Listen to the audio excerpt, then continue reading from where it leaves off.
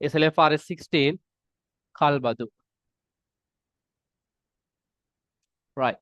ඔන්න අහග කතාව. ඔයා මේ නැත්නම් හිතන්නකෝ ඔයා පුද්ගලයෙක් කියලා. ඔයා තමා මේ පුද්ගලයා. ඔයා කැමති වාහනයක් තියෙනවා පුතේ. හරි. ඔයා කැමති වාහනයක් තියෙනවා. මෙන්න ඔයා කැමති වාහනේ. මේ වාහනේ ලක්ෂ 100ක් වටිනවා. ලක්ෂ 100ක්. කොහොමද ලියන්නේ 100? මෙන්න මේ විදිහට නේද? හරි. ඔන්න මේ වාහනේ ලක්ෂ 100ක් වටිනවා. හැබැයි ඔයාගේ අතේ ලක්ෂ 100ක් නැහැ මේ වාහනේ ගන්න. ඔයා ගාව ලක්ෂ 20ක් විතරයි තියෙන්නේ. ලක්ෂ 20යි තියෙන්නේ. එතකොට දැන් ලක්ෂ 100ම දැන් ලක්ෂ 20ක්වත් නැතුව ඉතින් ලක්ෂ 100ක වාහනයක් ගන්න බෑ. හරි. රයිට්. ලක්ෂ 20ක් විතර අතේ තියෙනවා. හැබැයි ඔයා මේකට මාර ආසයි. රයිට්. හැබැයි ගන්න බෑ. ව්‍යාපාරයක් තියෙනවා. ඔය අවස්ථාව හඳුනා ගන්නවා යම්කිසි ව්‍යාපාරයක්. ඔය අවස්ථාව හඳුනාගෙන එයා මෙයාට මේක අයිති කෙනාට නැත්තම් ඒ කාර් සේල් එකට සල්ලි දීලා ඒ වාහනේ ගන්නවා පුතේ. හරි. ඒ කාර් සේල් එකට සල්ලි දීලා මේ වාහනය ගන්නවා. මේ වාහනේ අරගෙන මට කතා කරලා කියනවා right. ඔයා මේ වාහනයට ආසයිනේ. ඔයා කැමතිනේ මේ වාහනයට. එහෙනම් අපි ඔයාට මෙහෙම උදව්වක් කරන්න. ඔයා අපිට යම්කිසි මූලික ගෙවීමක් කරන්න ඕන. නැතුව නිකන් ලක්ෂ 100ටම නිකන් දෙන්නේ නැහැ. ඔයා යම්කිසි මූලික ගෙවීමක් කරන්න. හරි මං කියනවා මම ලක්ෂ 20ක් දෙන්නම් ඔයාට මුලින්ම. හරි. මං කියනවා right. මං ඔයාට ලක්ෂ 20ක් දෙන්නම් මූලික ගෙවීම විදිහට. ඊට පස්සේ එයා කියනවා හරි මට ලක්ෂ 20ක් දෙන්න. ඉතුරු ලක්ෂ 80 ඔයා පස්සේ ගෙවන්න. ඔයාට මම මේ වාහනේ පාවිච්චි කරන්න දෙන්න. හරිද? right. එහෙනම් පුතේ මුලින්ම මූලික ගෙවීම ලක්ෂ 20ක් අපි ගෙවලා මේ වාහනේ මෙන්න මේ ව්‍යාපාරයට අපි කියනවා මොකද්ද? කල්බදු සමාගම. අන්නේ කල්බදු සමාගම මේ ව්‍යාපාරික අවස්ථාව හඳුනාගෙන මට වාහනේ දීලා කියනවා ඔයා පාවිච්චි කරන්න වාහනේ. හැබැයි මට අර මූලික ගෙවීමකුත් මම ගෙව්වා සහ ඉතුරු ගාන වාරික වශයෙන් ගෙවන්න. හිතන්න උදාහරණයක් විදිහට රුපියල් ලක්ෂය ගානේ.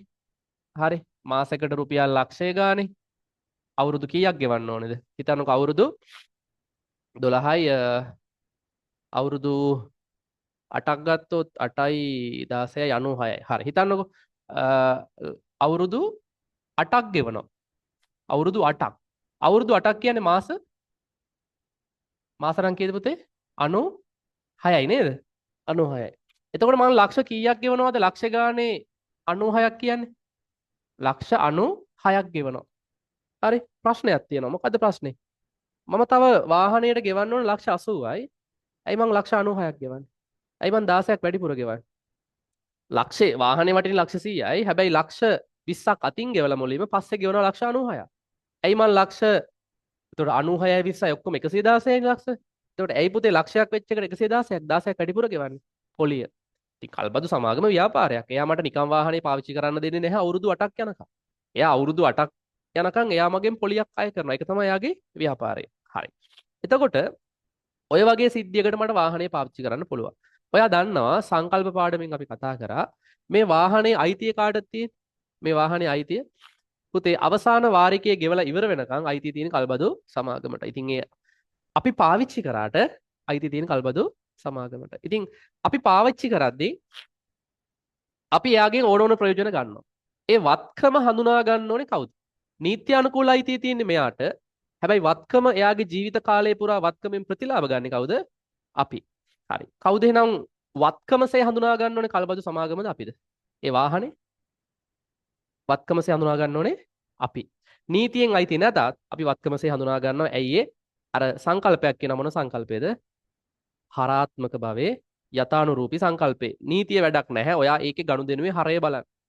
අදනවනේ එහෙනම් අපි වත්කමසේ හඳුනා ගන්නවා. හරි. එතකොට පුතේ ඊළඟට දැන් මට වාහනයේද මට අයිති නැත්නම් වාහනේ පාවිච්චි කරන්න අයිතියක්ද මට තියෙන්නේ? මට වාහනේ අයිති නෑ. මට තියෙන්නේ වාහනේ පාවිච්චි කරන්න අයිතියක්. එහෙනම් ඔන්න අපි දැන් යනවා මේ ප්‍රායෝගික සිද්ධිය ඔන්න ඔළුවේ තියාගෙන මම යන්නේ මගේ පැත්තෙන් ගිනුම් තියන්න. මට කල්බදු සමාගම පැත්තෙන් අහන්නේ මගේ අහන්නේ මගේ පැත්තෙන් ව්‍යාපාරයේ පැත්තෙන් ගිනුම් තියන්න යනවා. හරි. ඔයා දැනගන්න ඕනේ ගිනුම් තියාගෙන යද්දී එකක් තියෙනවා මොකද්ද? එක පැත්තකින් වත්කමක් හම්බුනහම ඒක පාවිච්චි කරන්න මට අයිතියක් තියෙනවා. ඒක මොකද්ද මට වත්කමක්. අනිත් පැත්තෙන් ඒක නැවත අරයට මම ගෙවන්න ඕනේ කලබදු සමාගමන කවදාරි දවසක. ඒක අනිත් පැත්තෙන් මට වගකීමක්. එහෙනම් එක පැත්තකින් කල්බද්දට වත්කමක් ගත්තාම මේක භාවිතා කරන්න අයිතියක් තියෙනවා. ඒක මට වත්කමක්. අනිත් පැත්තෙන් ඒක මම එයාලට ගෙවන්න ඕනේ. ඒක මට වගකීමක්. හරි. ඔය ටික හඳුනාගෙන යන්න ඕනේ. ඊට අමතරව ඔයා කල්බදු වාරිකය ගෙවනවා. ඊට අමතරව කල්බදු පොලියක් තියෙනවා. අන්න ඔය සේරම මොකද කරන්න ඕනේ? ගිණුම් ගත කරන්න ඕනේ. මේක අනිවාර්ය ගැළපෙල්ලක් එනවා. ඔයාලට පාස් පේපර්ස් වල කරා යද්දී තේරෙනවා. පාස් පේපර් එකක් ගත්තාම පුතේ රූල් 5-6ක් තියෙනවා ගැළපෙල්ල. සමහර දීපල පිරියද ගැළපෙල්ලට පස්සේ දිගම ගැළපෙල්ල. රූල් 10ක් විතර තියෙනවා සමහර අවස්ථාවල. හැබැයි පුතේ කරන්න තියෙන ඉලක්කම් 3-4ක් මෙතන ගිහිලා දාන්න විතරයි. සමහර උන් පේපරේ දැක්ක ගමන් සමාගම් ගන්න දැක්ක ගමන් රූල් 10ක් දැක්ක ගමන් ඌ කලන්ත දාලා වැටෙනවා. හරි. හැබැයි පුතේ අර කලන්තේ දාලා වැටෙන්නේ නැතුව ටිකක් ගිහිලා ගාන කියවලා බලපුවම කරන්න දෙයක් නැහැ පුතේ. බොරු බයිලා ටිකක් තියෙනවා. ඉතින් ඔන්න බලන්නකො අපි කරගෙන යද්දී තේරෙයි. මේක හරියට ඔලුවට දාගන්න. දැන් මේ ප්‍රායෝගික සිද්ධිය වලට මතකයි. හරි. දැන් අපි කතා කරනවා මොකද්ද? දැන් මේ මෝටර රථය ඔයාලට කියනනේ වාරිකයේ දැම්මේ නැත්තම් උස්සගෙන යනවා කියලා. මේ මෝටර රථය උස්සගෙන යන්නේ නැහැ. මොකද්ද වෙන්නේ? එක යතුරක් අපි ගාව තියෙද්දි එක යතුරක් තියෙන්නේ ලීසින් කම්පැනි එකේ කල්බදු සමාගමේ. ඉතින් අපි වාරික නීති අනුකූලයේ අයිති කාටද? අපිටද එයාටද? එයාට. අපි වාරික ගෙව්වේ නැත්තම් මොකද වෙන්නේ? චණ්ඩියෝ ටිකක් බැස්සා අර යතුරු අරගෙන ආවා. චණ්ඩියෝ ටිකක් ඇවිල්ලා මාව වාහනෙන් නේ දෙකක් යනලා එළියට දැම්මා. වාහනේ යතුරු අර යතුරෙන් පාවිච්චි කළා වාහනේ අරගෙන ගියා. නැත්තම් එයා ඉද්දිම ඒ තියෙන යතුරෙන්ම අරන් යන්න පුළුවන්. කරන්න දෙයක් නැහැ. හරිද? මොකද අපිට නීති අනුකූල අයිතිය නැහැ. ඉතින් උස්සනවා සීස් කරනවා කියන්නේ ඔන්න ඕකට අපේ වශයෙන් උස්සනවා කියන්නේ ඔය වගේ දෙයකට. හරිද? රයිට්. අපිට වැඩක් නැහැ. අපි ගිනුම් ගත කරන විදිය බලමු. ඔන්න අහන්න. පළවෙනි පියවර. ලියා ගන්නකො SLFRS 16 කල්බදු කියලා මාතෘකාව ලියාගෙන පළවෙනි පියවර ඉඳන් අපි ලියාගෙන යන ලස්සනට. පොතේ තියෙනවා. ටියුට් එකේ ලස්සනට ওই ටික තියෙනවා. නමුත් අපි පොතේ ලියන්න උත්සාහයක් දරමු. පළවෙනි පියවර.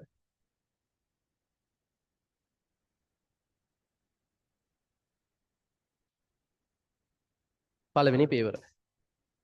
පොතේ තියෙනවා. නමුත් අපි ලියන්න උත්සාහයක් දරමු. ඒතකොට හොඳයි. ටියුට් එකේ තියෙනවා.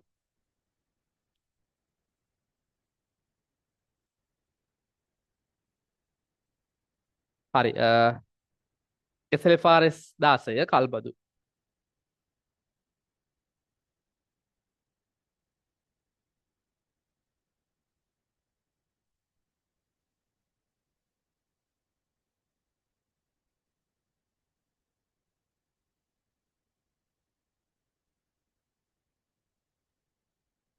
හරිද? පළවෙනි පියවර ඔයා කල්බදු වගකීම හඳුනා ගන්න ඕනේ. මොකද පුතේ පළවෙනි පියවර? ඔයා කල්බදු වගකීම හඳුනා ගන්න ඕනේ. දැන් මං කිව්වනේ කල්බද්දට වත්කමක් ගත්තාම මේක නැවත ගෙවන්න ඕනේ කියලා. එහෙනම් මුලින්ම මොකද කරන්න ඕනේ? ඔයා වගකීම හඳුනා ගන්න ඕනේ. හරි. ඔයා වගකීම හඳුනා ගන්නවා පළවෙනි පියවර. මොකද්ද පළවෙනි පියවර? ඔයා කල්බදු වගකීම හඳුනාගත යුතුයි. කල්බදු වගකීම හඳුනා ගැනීම. මොකද්ද මේ කල්බදු වගකීම කියන්නේ? අපි අර අයිතිකරුට කල්බදු සමාගමට ගෙවන්න තියෙන වගකීම. හරි. වගකීම කිව්වහම ඒක ඇතුලේ පොලී තියෙන්න ඕනද පොලී නැති වෙන්න ඕනද? පොලී නැති වෙන්න ඕන. අනාගතයේ ගෙවන්න තියෙන වගකීම කිව්වහම ඒක ඇතුලේ පොලී නැති වෙන්න ඕන. දැන් අර ගත්ත උදාහරණේ මට අනාගතයේ පොලී නැතුව ගෙවන්න තියෙනවා කීයද? අනාගතේ මට ගෙවන්න තියෙනවා කීයද? වගකීම කියනවා කීයද? අර ගත්ත උදාහරණේ. very good 80යි. 20ක් දැනටම ගෙව්වා. වාරික විදිහට ගෙවනවා කීයද? ලක්ෂ 96ක්. හැබැයි ලක්ෂ 96 නෙමෙයි මගේ වගකීම. මොකද පොලී නැති කොටස මගේ වගකීම වෙන්නේ ලක්ෂ 80 විතරයි. අන්නවා දන්නවා එහෙනම් වගකීමසේ හඳුනා ගන්න ඕනේ කීයද? ලක්ෂ 80. කොහොමද මම ඒක හෙව්වේ? කොහොමද හෙව්වේ? අනාගතේ අර ලක්ෂ 20 නැතුව දැන් ගෙවපු ලක්ෂ 20 වගකීමක්ද මට? දැන් ලක්ෂ 20ක් ගෙවුවා. ඒක මට වගකීමක් නෙමෙයි. එතකොට අනාගතයේ ගෙවන කල්බදු වාරිකවල අර ලක්ෂ 96 මොනවාගේද?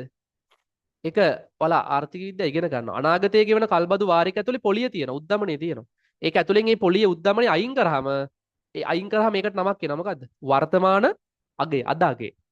අනාගතයේ ගෙවනවා නම් ලක්ෂ 96ක් අපිට ලක්ෂ 96 වැඩක් නැහැ. අපිට ඕනේ මේ අනාගතයේ ගෙවන කල්බදු වාරිකවල අද අගය. අද අගය කියන්නේ අරකින් පොලිය අයින් කරනවා. ලක්ෂ 96න් මං කියන්නේ පොලිය කීයද ආවේ? ලක්ෂ 16 නේ. 16 අයින් කරාට පස්සේ අනාගතයේ ගෙවන කල්බදු වාරිකවල අද අගය කීයද? ලක්ෂ 80යි. එහෙනම් ඔයා කල්බදු වගකීම මුලින්ම පළවෙනි පියවර විදියට හොයාගන්න ඕනේ. පළවෙනි පියවර විදියට කල්බදු වගකීම හොයාගන්නේ කොහොමද? අනාගතයේ ගෙවන කල්බදු වාරිකවල වර්තමාන අගය හොයාගන්න ඕනේ. හරි. එහෙනම් ඔන්න කොහොමද හොයාගන්නේ?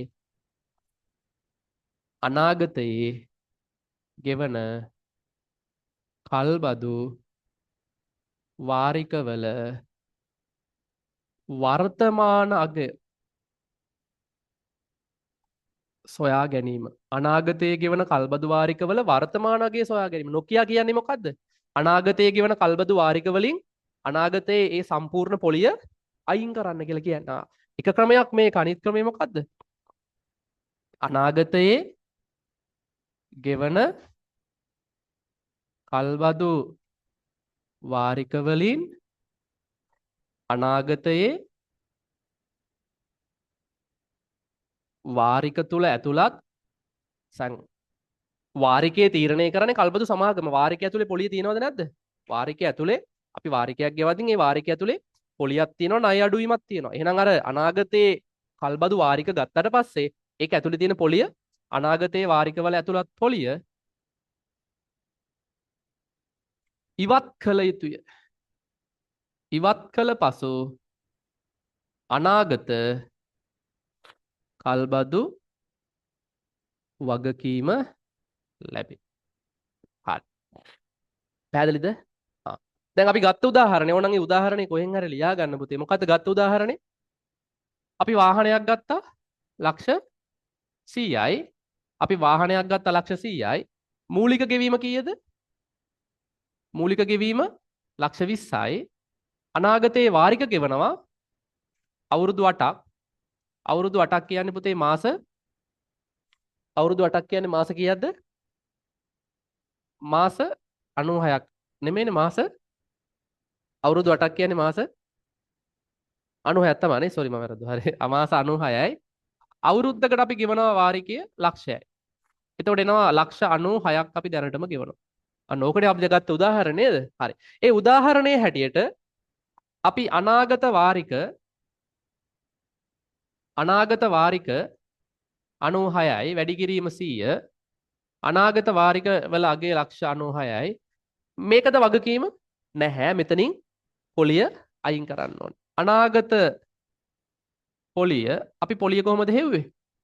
අපි පොලිය හෙව්වේ සම්පූර්ණ වටිනාකම ලක්ෂ 10යි. ඒ වුණාට අපි ගෙවන ඔක්කොම කීයද? ලක්ෂ කීයක් ගෙවනවද? 116ක් ගෙවනවා. නේ? ලක්ෂ 116ක් ගෙවනවා. එහෙනම් පොලිය කීයද? ලක්ෂ 16යි. මේක අඩු කරාට පස්සේ ඇත්තටම අනාගත වගකීම කීයද පුතේ අපේ? ලක්ෂ 8යි. එහෙනම් අනාගත වගකීම හොයලා ඔයා දැන් මේක ගිණුම් ගත කරන්න ඕනේ. මං කිව්වා ගිණුම් ගත කරද්දි කොහොමද ගිණුම් ගත කරන්නේ? එක පැත්තකින් ඒක අපිට වත්කම පාවිච්චි කරන්න තියෙන අයිතිය කියලා නතු මෝටරත නෙමෙයි. පාවිච්චි කරන්න අයිතිය කියලා වත්කම හඳුනා ගන්න. අනිත් පැත්තේ වගකීම හඳුනා ගන්න. එහෙනම් මේ ඉලක්කම අපි මොකද කරන්නේ? වත්කම් භාවිතයට ඇති අයිතිය ගිණුම හර වෙනවා ලක්ෂ 8යි. කොහෙද බැර වෙන්නේ? කල්බදු ණය හිමි ගිණුම බැර වෙනවා ලක්ෂ 8යි. ඔයා මොකද කරේ? වත්කම් ගිණුම හර කරා ලක්ෂ 8ක්, කල්බදු ණය හිමියව බැර කරා ලක්ෂ 8ක්. පැහැදිලිද? හරි. පළවෙනි පියවර පැහැදිලිනේ? හරි. ඊළඟට මම මේ කරේ මේ දෙවෙනි පියවරනේ. මං කව වගකීම හොයාගන්න පුළුවන් පියවරවල් දෙකක් තියෙනවා. මේ කරේ දෙවෙනි පියවර. අනාගතයේ ගෙන කලබදු වාරික වලින් සම්පූර්ණ පොලිය අයින් කරා. ගාන එන්න පුළුවන් එක එක ආකාරවලට. පාට සමාගම් ගාන කරද්දී අහු වෙනවා. මේ එක ක්‍රමයක්. අනික මොකද්ද? අනාගතයේ ගෙවන කල්බදු වාරික වල වර්තමාන අගය. ඒ කියන්නේ මොකද්ද? ඔයාට දෙනව අනාගතයේ ගෙවන කල්බදු වාරික. හිතන්නකෝ පුතේ මෙහෙම. පළවෙනි අවුරුද්දේ ගෙවනවා ලක්ෂ 12ක් නේද? මාසෙකට ලක්ෂයයි කියන්නේ මාස 12ට අවුරුද්දට ලක්ෂ 12යි. පළවෙනි අවුරුද්ද. දෙවෙනි අවුරුද්දෙත් ගෙවනවා කීයද? ලක්ෂ 12ක්. තුන්වෙනි අවුරුද්දෙත් ගෙවනවා ලක්ෂ 12ක්. ඔය විදිහට පුතේ කීය අවුරුදු 8ක් යනකම් ලක්ෂ 12 අපි කල්බදු සමාගමට ගෙවනවා. අපි ඉන්නේ කොතනද? අපි ඉන්නේ 0 වෙනි වර්ෂේ. අපි මෙතන ඉඳගෙන තව අවුරුද්දක් ගිහිල්ලා අපි කල්බදු සමාගමට 1200ක් ගෙවනවා. එහෙමම අවුරුදු 8ක් යනකම් 1200 ගානේ අපි ගෙවනවා. මේ තියෙන අනාගතයේ ගෙවන කල්බදු වාරික. දැන් ඔයාලා දන්නවනේ ආර්ථික විද්‍යාවේ මෙතන ඉඳගෙන තව අවුරුද්දකින් ගෙවන 1200 අද 1200ක්ම වටිනවද නැත්නම් ඊට වඩා අඩුයිද? ද වැඩිද? අනාගතයේ අපි ගෙවන 1200 අවුරුද්දකින් ගෙවන 1200 අදට බැලුවොත් මොකද වෙන්නේ? අදට බැලුවොත් ඊට වඩා අඩුයි පුතේ. ඇයි අනාගතයේ ගෙවද්දී උද්දමනයේ පොලි අනම්මනම් දේවල් ගොඩ ඇඩ් වෙලා තියෙනවා. හරි. ඒතකොට අනාගතයේ ගෙවන එක අදට බැලුවොත් අද වටිනාකම අඩුයි. ඔය මං වියදම් පැත්ත නොයි කිව්වේ. ආදායම් පැත්ත බැලුවොත් ඔයාට අද 1000ක් හම්බෙද්දින්ද හොඳ නැත්නම් තව අවුරුද්දක් ගිහිලා 1000ක් හම්බෙද්දින්ද හොඳ? අද හම්බෙද්දින් හොඳයි. ඇයි තව අවුරුද්දක් ගිහිලා 1000ක් හම්බෙද්දින් අද 1000ට කරන්න පුළුවන් දේ සමහරට ඒ 1000න් කරන්න බැහැ. ඔයාලා ඉගෙන ගන්න ආර්ථික විද්‍යාව. ඒ ආදායම් පැත්ත. ඒක වෙනයි. මේ මං කතා කරන්නේ වියදම් පැත්ත. අනාගතයේ 1200ක් ගෙවද්දී මට ලාභයි පුතේ. අද ගෙවනවට වඩා මට ලාභ අනාගතයේ ගෙවන එක ලාභ. ඇයි අනාගතයේ ගෙවන 1200 අද ගෙවුවොත් මට 1200ක් ගෙවන්න වෙන්නේ නැහැ. ඊට අඩුවෙන් ගෙවන්න වෙනවා. ආ රයිට්. එහෙනම් අනාගතයේ ගෙවන කල්බදු වාරික වර්තමාන අගයට වට්ටම් කරන්න ඕනේ. ඒක ඔයාට මෙහෙම කරනවා. කල්බදු වාරික ටික දීලා වට්ටම් අනුපාතයේ වට්ටම් සාධකය කියලා එකක් දෙනවා. ඔයාට මේ වට්ටම් සාධකය හොයන්නේ නැහැ. ඒවා ඉගෙන ගන්නවා කැම්පස් වලදී චාටට් වලදී ඉගෙන ගන්නවා. එක යට එක ධන r වල n වෙනි බලය. හරි. ඔය වගේ සමීකරණයක් දාලා ඔයාලා සමහර ඩබල් AT මැස් කරද්දී හොයන්න නැති එක යට එක ධන r වල n වෙනි බලය කියලා වට්ටමක් හොයනවා. වට්ටම් සාධකයක්. උදාහරණයක් විදියට වට්ටම් සාධක ඔයාට දෙනවා. පළවෙනි අවුරුද්දේ වට්ටම් සාධකයේ 0.9 මම නිකන් ගන්න 0.8යි. දෙවෙනි අවුරුද්දේ. තුන්වෙනි අවුරුද්දේ 0.7යි. හා ඒ අනාගතයේ ගෙවන කල්බදු වාරික වල ඔයා ගන්න ඕනේ මොකද්ද? වර්තමාන අගේ. වර්තමාන අගේ ගන්නේ කොහමද? 1200 වැඩි කරන 9 කීයක් දෙන්නේ? 1209 වැඩි කරාම කීයක් දෙන්නේ? අනාගතයේ අවුරුද්දකින් ගෙවන 1200 අද කීයක් වටිනවද? 9 වැඩි කරලා ගන්න 0.9. අනාගතයේ ගෙවන 1200 අද වටිනවා. අනාගතයේ ගෙවන 1200 අද වටිනවා 1080යි. එහෙනම් මේක අද වටින්නේ කීයද? 1080යි. අවුරුදු දෙකකින් ගෙවන 1200.8න් වැඩි කරාම අද ගාන ගන්න පුළුවන්. එහෙනම් ඒකේ කීයක් වටිනවද? 960යි. අන්න ඔය විදිහට සෑම අවුරුද්දක්ම වට්ටම් සාධකයෙන් වැඩි කර ගත්තාම මේ ඉන්නේ මොකද්ද? අද අගේ. අපිට වගකීමසේ හඳුනාගන්නේ මොකද්ද? එහෙනම් කල්බදු වගකීමසේ හඳුනාගන්නේ අනාගතයේ ගෙවන කල්බදු වාරිකවල මෙන්න අනාගතයේ ගෙවන කල්බදු වාරිකවල වර්තමාන අගේ.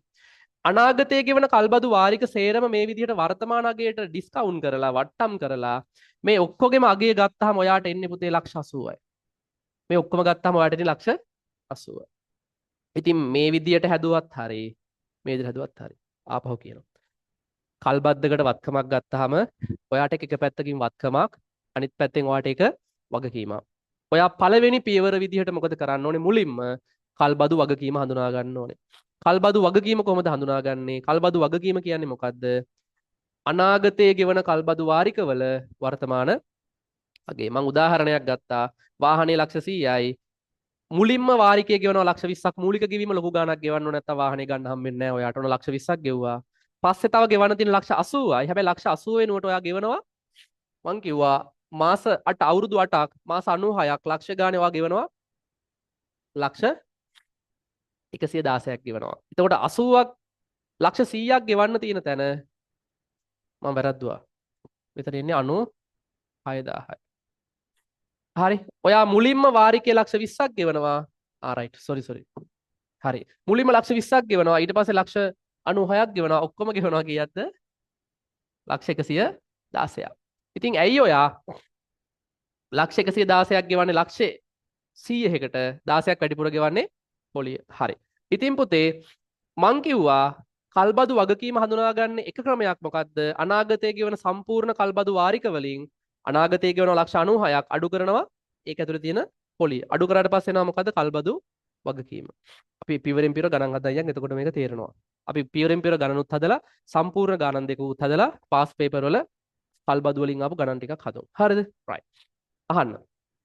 එකක් අනාගතයේ ගෙවන කල්බදු වාරිකවල පොලිය අයින් කරන්න ඕනේ. වගකීම හොයාගන්න. අනාගතයේ අය මොකද්ද? අනිත් පියවර අනාගතයේ ගෙවන කල්බදු වාරික මෙන්න මේ වට්ටම් සාධක වලින් වැඩි කරලා වර්තමාන අගයට ගන්න ඕනේ. ගාන ආකාර දෙකට මෙන්න පුළුවන්.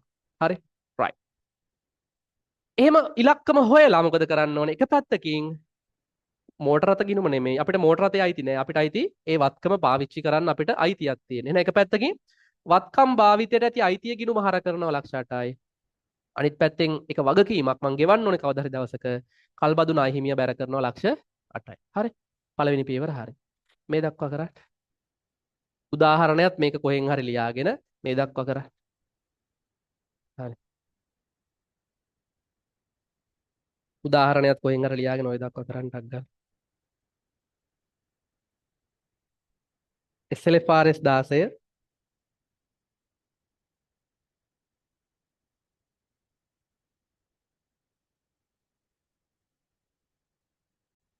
හරිද? එතකොට වාහනේ වටිනාකම ලක්ෂ 100 වුණාට අපි මුලින්ම ලක්ෂ 20ක් ගෙවනවා. ඉතුරු එක මාස 96ක්. ඒ කියන්නේ අවුරුද්දට මාසෙකට රුපියල් ලක්ෂ ගානේ මාස 96ක් ලක්ෂ 96ක් ගෙවනවා. ඉතින් ඔක්කොම ලක්ෂ 116ක් ගෙවලා හරි ඒක තමයි කතන්දරේ. ඉතින් ඔයා මුලින්ම මොකද්ද කරන්න ඕනේ? කල්බදු වගකීම හඳුනා ගන්න ඕනේ. ඉතින් මෙන්න කල්බදු වගකීම හඳුනා ගන්න ආකාර දෙකයි. අනාගතයේ ගෙවන කල්බදු වලින් අනාගතයේ සම්පූර්ණ පොලි අඩු කරාම එනවා. නැත්තම් අනාගතයේ ගෙවන කල්බදු වාරික වර්තමාන අගයට වට්ටම් කරන්න ඕනේ. වට්ටම් කරන්නේ කොහොමද? වට්ටම් සාධකයෙන් වැඩි කරනවා. ඔයාට වට්ටම් සාධකය දෙනවා. හරි. ලක්ෂ 8 තමයි ඉන්න ඕනේ. ඒ ලක්ෂ 8 ක්‍රම දෙකෙන් කැමති එකකට හොයාගෙන ගිණුම් ගත කරනවා. වත්කම් ගිණුම හර ලක්ෂ 8යි, වගකීම බැර ලක්ෂ 8යි. ඔයා යන්න අභ්‍යාසංක 50ට කරලා ඉවරයි අභ්‍යාසංක 50ට යන්න. අභ්‍යාසංක 50ට ගිහිල්ලා ඔගේ කපලා දාන්න. අභ්‍යාසංක 50 කපලා දාන්න. 50 කපලා දාන්න. කල්බද්දට පදනම් වන වත්කම් කල්බද්දට පදනම් වන වත්කම ඉවත් කිරීම සඳහා කල්බදු ගැනුම්කරුට දැරීමට සිදුවන පිරිවැයෙහි ඇස්තමේන්තුගත වටිනාකම රුපියල් 10000යි. ඒක කපලා දාන්න. ඒක දැම් ඔලුවට දාන්න ඕනේ නැහැ. අභ්‍යාසංක 50 කපලා දාන්න.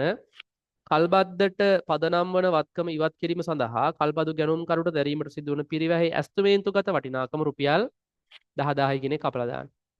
කපලා දාලා මට ඕකේ ඔයා හොයලා පෙන්නන්න කල්බදු වගකීම. මට ඕකේ හොයලා පෙන්නන්න කල්බදු වගකීම. මට ඔය අභ්‍යාසය හොයලා පෙන්නන්න කල්බදු වගකීම.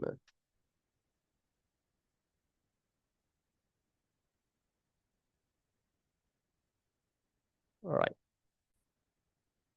අභ්‍යාස අංක 50 කියනවා අනාගතයේ ගෙවන කල්බදු වාරික. මොකක්ද අභ්‍යාස අංක 50 කියන්නේ? සීමිත පහන් සමාගම 4.1 දින කල්බදු ක්‍රමයට යන්ත්‍රයක් ගන්නා ලදී. කවද යන්ත්‍රය ගන්න තියෙන 18.4.1. 18.4.1 මූලික ගෙවීම ගෙවවලු 80ක්. මූලික ගෙවීම 80ක් ගෙවලු. මූල්‍ය සමාගමට ගෙවන ලද අතර ඊක හරි ඒක අර ඉංග්‍රීසි ෆොන්ට් එක සිලෙක්ට් වෙලා නැහැ වැඩි හිතන්න එපා. මූලික සමාගමට ගෙවන ලද අතර 19 3.31 දිනින් ආරම්භ කර ඉතින් 18.4.1 අරගෙන පළවෙනි වාරිකයේ ගෙවන්නේ කවද්ද? අපේ අවුරුද්ද අවසානයේ. 19 3.31 දිනින් ආරම්භ කර වාර්ෂික වාරිකයක් රුපියල් 60000 බැගින් වාරික 4ක් ගෙවිය යුතුය. කල්බද්ද අවසානයේ කල්බදු ගැනුම්කරු විසින් 18.4.1 දින දරන ලද ඍජු පිරිවැය 20000යි. පොලිය 112යිලු මෙන්න වට්ටම් සාධක දීලා තියෙනවා. මේකේ කල්බදු කාලය කොච්චරද පුතේ අවුරුදු? මේකේ කල්බදු කාලය අවුරුදු මේකේ කල්බදු කාලය අවුරුදු 4යි. කල්බදු කාලය අවුරුදු 4යි. ඉතින් පුතේ කල්බදු කාලය අවුරුදු 4ක් වෙච්ච වත්කම වාරික ගෙවනවා කීයක්ද? වාරිකයක් එක අවුරුද්දක ගෙවනවා වාරිකය 60000 ගානේ. ඉතින් මේ ගානේ අවුරුදු 4 ලියාගෙන 60000 ගානේ දාලා වට්ටම් සාධකයෙන් වැඩි කරලා අද අගේ ගන්න ඔක්කොම අගේ. ඉතින් ඒක තමයි අපේ වගකීම. රයිට් හදන්න බෑ.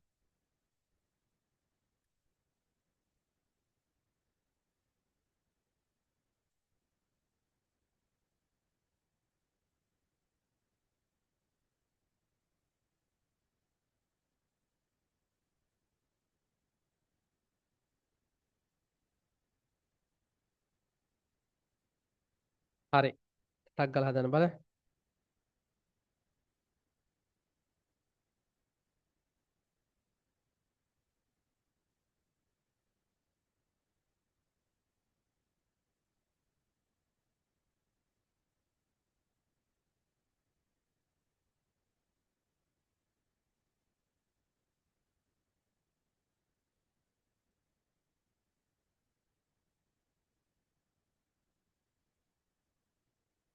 හරි. ඔන්න ගාන.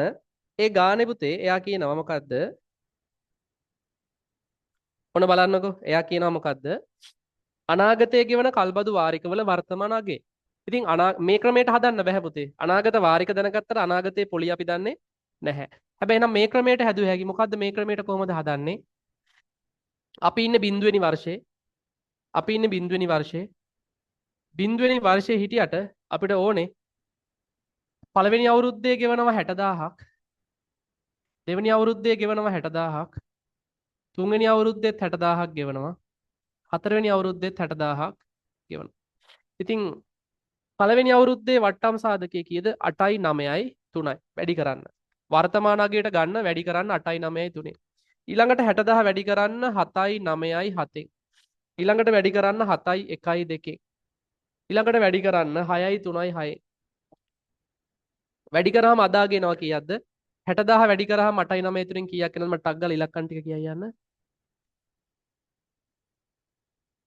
53යි 580යි 47යි 820යි යා වටින්නේ 42යි 720යි යා වටින්නේ අවුරුදු 4කින් ගෙවන 60000 අද වටින්නේ 30 38යි 160යි. ඉතින් මේ සේරගෙම එකතු වෙනවා අනාගතයේ ගෙවන කල්බදු වාරිකවල වර්තමාන අගය කීයද පුතේ? 182යි 280යි. ඉතින් මෙන්න අනාගතයේ ගෙවන කල්බදු වාරිකවල වර්තමාන අගය. හරිද? මේ මොකද්ද මේ එන්නේ? වගකීම. මේ තමයි කල්බදු වගකීම. මේ තමයි කල්බදු වගකීම. හරි. මේ තමයි කල්බදු වගකීම. දිසටහන මොකද්ද කල්බදු වගකීමේ? වත්කම් ගිණුම හර කල්බදු වත්කම හර කල්බදු ඒකත් ඔන්න ලියා ගන්න පැත්තකින් කල්බදු වත්කම හර 182යි 280යි. සෝරි කල්බදු වත්කම හර 182 280යි. කල්බදු ණය හිමි බැර 182යි 280යි. හරිද? ඔන්න පළවෙනි පියවර හරි. ඔයා කරගෙන යන්නකෝ. හරි. වත්කම හර 182යි 280යි. කල්බදු ණය හිමි බැර 182යි 280යි. හරි. අගේ මම ගානේ උත්තර නෙමෙයි මේ හදාගෙන යන්නේ. ගානේ එක උත්තරයක් හරි මම මේ දිසටහන පීවරවල ටික කරයි යන්නේ. ගානෙට එක උත්තරයක් හරි ගානේ අහනවා කල්බදු වගකීම හොයන්න. මෙන්න වගකීම හෙව්වා. හරි. කල්බදු වත්කමට ওই උත්තරේ නෙමෙයි එන්නේ. අන්තිමට මම තව කියන්නම්. තව පීවරක් තියෙනවා. හරි.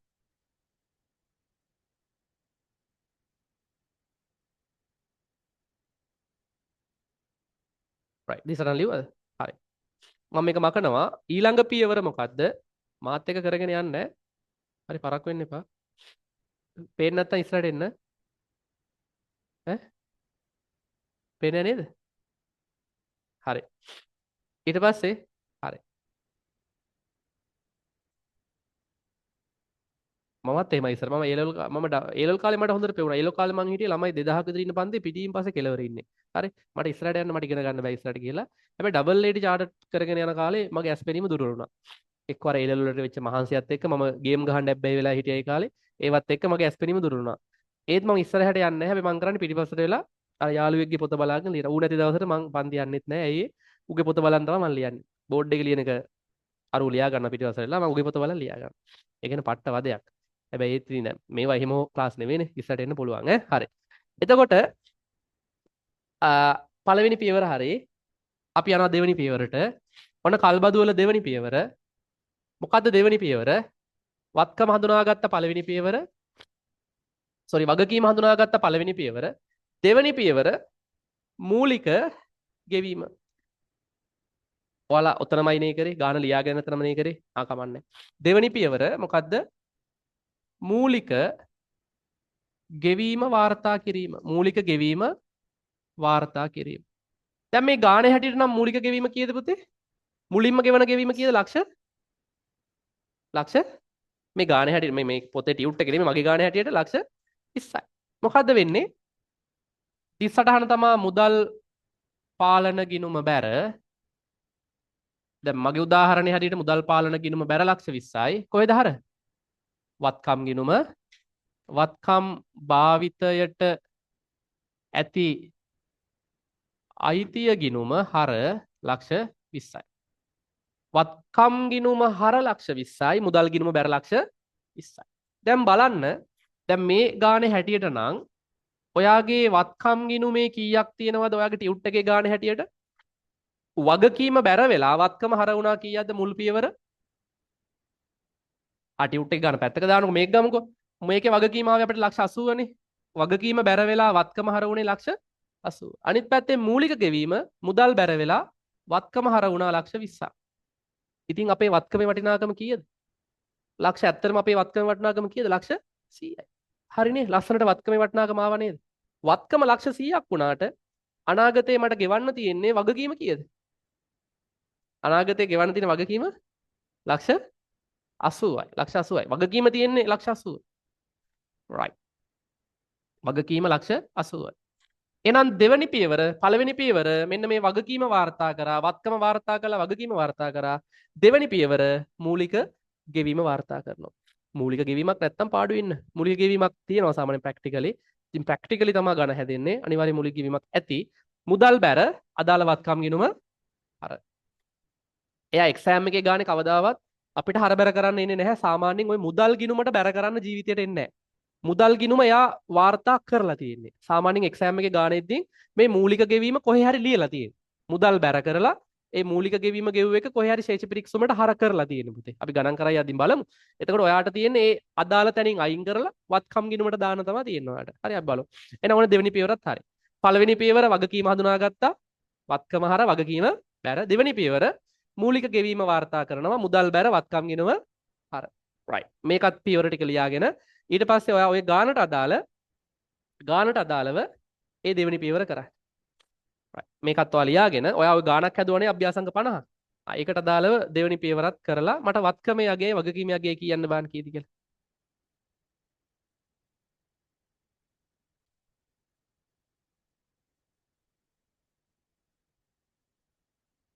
අභ්‍යාසංග 50 වත්කමාව කීයද පුතේ?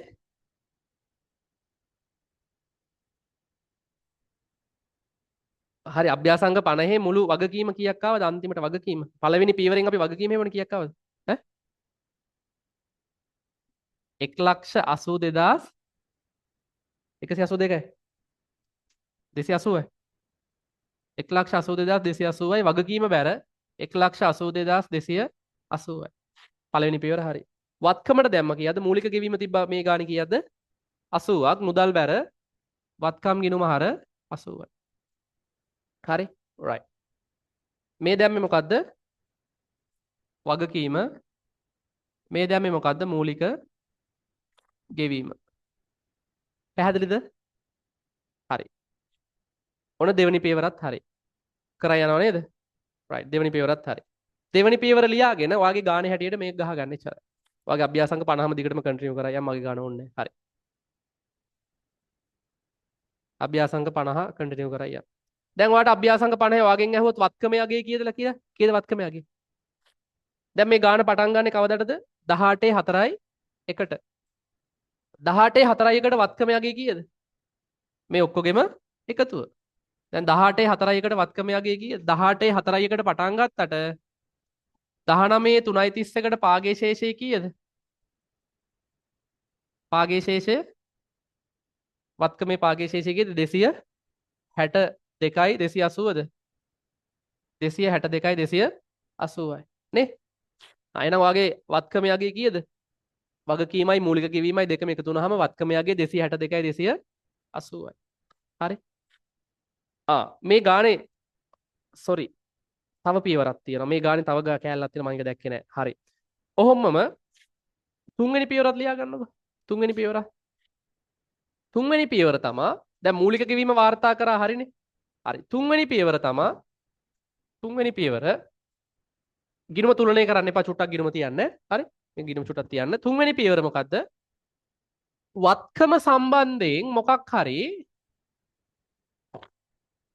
වත්කම සම්බන්ධයෙන් මොකක් හරි ඍජු පිරිවැයක් දැරීම ඍජු වියදමක් දැරීම මොකක්ද ඉස්සරහට වත්කම සම්බන්ධයෙන් ඍජු වියදමක් දැක්කොත් මුදල් බැරනේ කොහොම වියදමද හර වත්කම් ගිණුමද හර සාමාන්‍ය වත්කම සම්බන්ධයෙන් ඍජුවේම ඒ ප්‍රාග්ධනිත කරන්න ඕන වියදමක් දැරුවොත් ප්‍රාග්ධන වියදමක් දැරුවොත් මුදල් බැර වියදමද හර වත්කමද හර වත්කම හර එහෙනම් ඍජු වියදමක් දැරුවොත් මුදල් පාලන ගිණුම බැර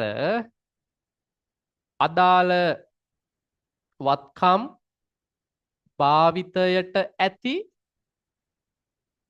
අයිතිය ගිණුම හර. මොකද තුන්වෙනි පියවර එහෙනම් මොකක් හරි වත්කම සම්බන්ධයෙන් ඍජු වියදමක් දැරුවොත් මුදල් බැර වත්කම් භාවිතයට ඇති අයිතිය ගිණුම හර. දැන් මේකේ ඍජු වියදමක් තියෙනවද වත්කම සම්බන්ධයෙන් මොකක් හරි මේ ගානේ? ඔව් තියෙනවා. කීයද? රුපියල් 20000ක් තියෙනවා. මොකක්ද ඉස්සරට එහෙනම්? මුදල් බැර මුදල් පාලන ගිණුම බැර 20000යි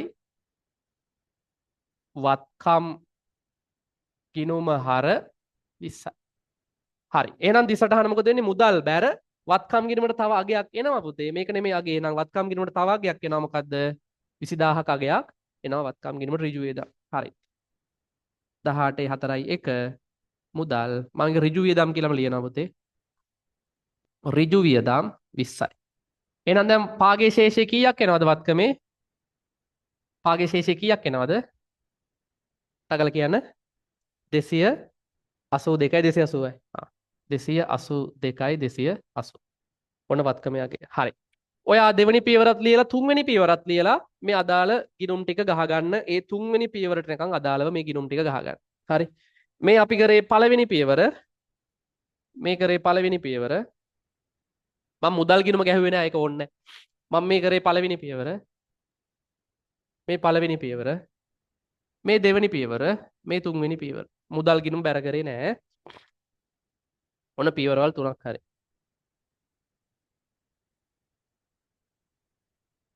පියවරවල් තුනක් හරි. හරිද?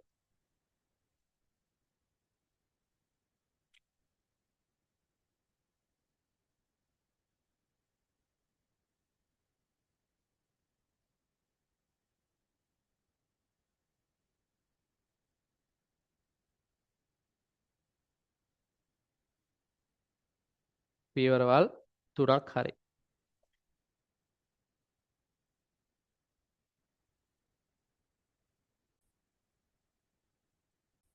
හරි. ඔයා යන ටියුට් එකට දැන් ටියුට් එකට යන්න. ටියුට් එකේ පිටු අංක 59ට යන්න. ටියුට් එකේ පිටු අංක 59. ටියුට් එකේ පිටු අංක 59 කියනවා මොකද්ද? උඩම භාවිතයට අයිතිය ඇති වත්කමේ පිරිවැය පහත පරිදි සකස් වේ. භාවිතයට ඇති අයිතිය කියන වත්කමේ පිරිවැය සකස් වෙන්නේ මොන අයිතම වලින්ද? කියන්න මෙන්න දැන් උදාහරණේ තියෙනවා. භාවිතයට ඇති අයිතිය කියලා වත්කම හැදෙන්න ඕනේ මොන අයිතම වලින්ද? මේ මොකද්ද? කල්බදු වගකීම. ඊට පස්සේ මේ මොකද්ද? මූලික ගෙවීම. මේ මොනවා හරි ඍජු වියදමක් ගෙවුවොත් ඒක වත්කමට එන්න ඕනේ. එහෙනම් වත්කමට මේ අයිතම තුනම එන්න ඕනේ. හරි. එහෙනම් ලියා ගන්න වත්කමට එන අයිතම තුන ලියා ගන්න.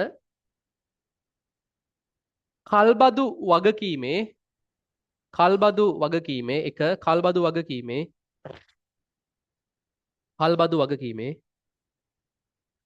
වගකීමේ මූලිකව මිනුම්කරණය කරන ලද වටිනාකම. කල්බදු වගකීමේ මූලිකව මිනුම් කරන ලද වටිනාකම. කල්බදු වගකීමේ මූලිකව මිනුම් කරන ලද වටිනාකම. කල්බදු වගකීමේ මූලිකව මිනුම් කරන ලද වටිනාකම. වරහන් ඇතුලේ මොකද්ද නොකිය කියන්නේ? වරහන් ඇතුලේ කල්බදු ගෙවීම් වල වර්තමාන අගය. කල්බදු ගෙවීම් වල වර්තමාන අගය. කල්බදු ගෙවීම් වල වර්තමාන අගය. වත්කමට ඇතුළත් වෙන ඔන්න කල්බදු වගකීම ඇතුළත් වෙනවා සරලව. ඊට පස්සේ ඇතුළත් වෙනවා මොකද දෙවෙනි එක? දෙවෙනි එක මොකද්ද? කල්බද්ද ආරම්භ කරන දින හෝ කල්බද්ද ආරම්භ කරන දින හෝ කල්බද්ද ආරම්භ කරන දින හෝ කල්බද්ද ආරම්භ කරන දින හෝ කල්බද්ද ආරම්භ කරන දින හෝ ඊට පෙර කල්බද්ද ආරම්භ කරන දින හෝ ඊට පෙර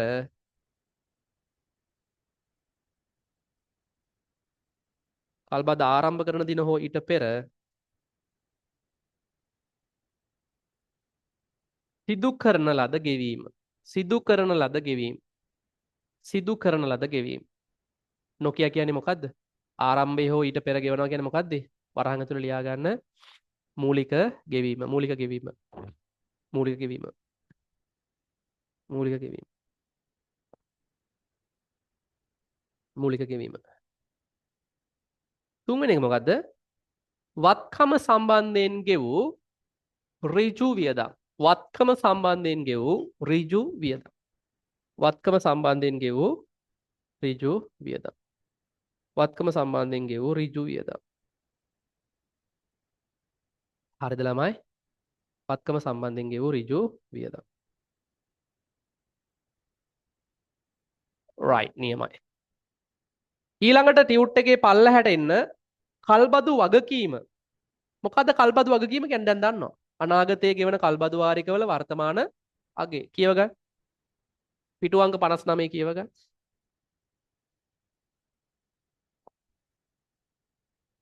මම මේ පියවරවල් සේරම එක දිගට දීගෙන යන්නේ ඈ. හරි.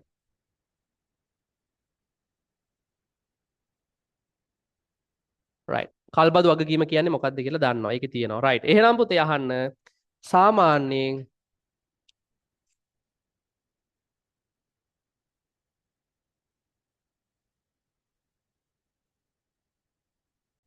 හරි පුතේ. එතකොට ඔන්න පළවෙනි පියවර මොකද්ද?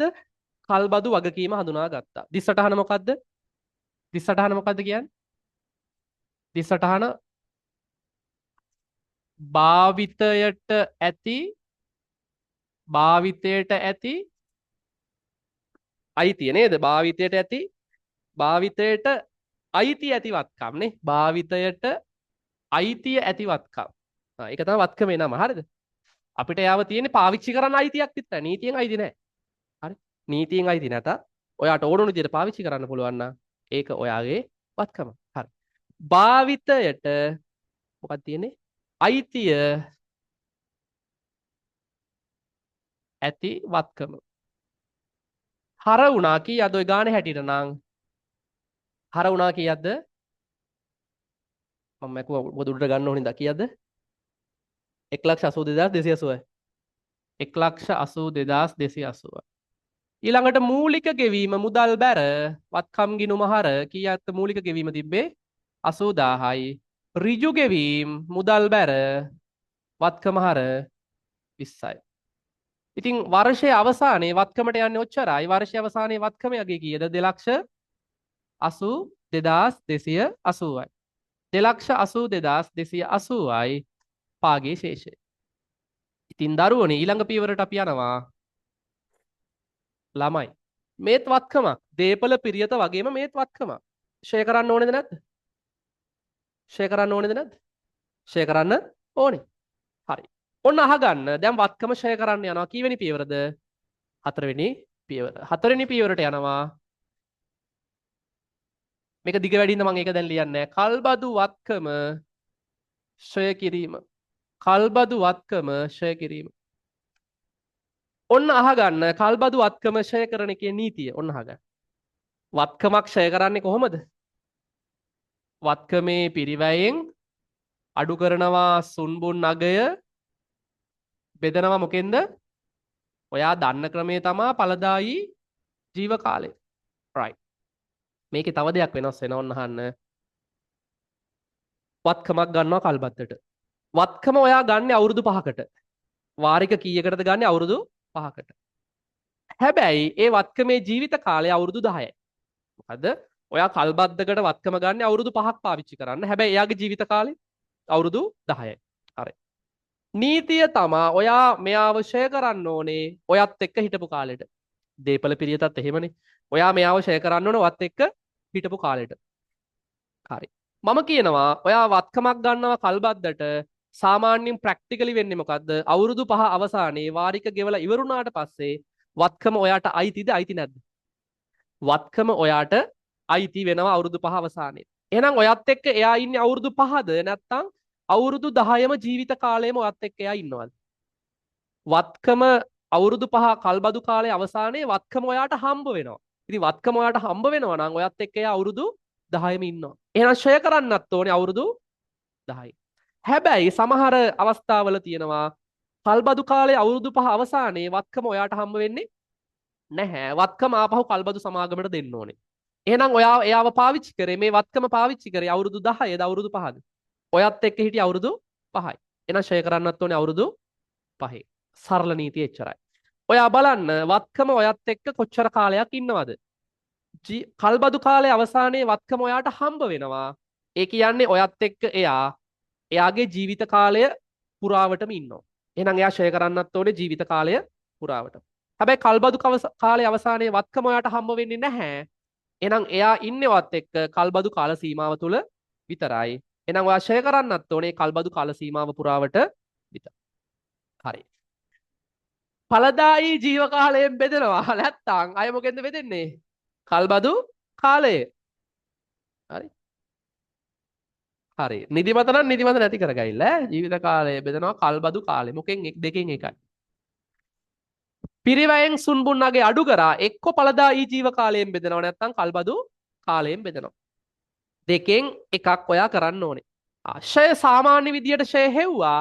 ෂය ගිණුම්ගත කිරීමේදී සටහන ෂය වියදම හර සමුච්චිත ෂය ගිණුම බැර ඒව දන්නවා. හරි. එහෙනම් පුතේ කල්බදු වත්කම් ෂය ගිණුම හර අදාළ ප්‍රමාණය කල්බදු වත්කම් සමුච්චිත ෂය ගිණුම බැර. හරි. ඊළඟ පියවර ලියා ගන්න ටක් ගාලා. හතරවෙනි පියවර ලියා ගන්න. හතරවෙනි පියවර ලියා ගන්න.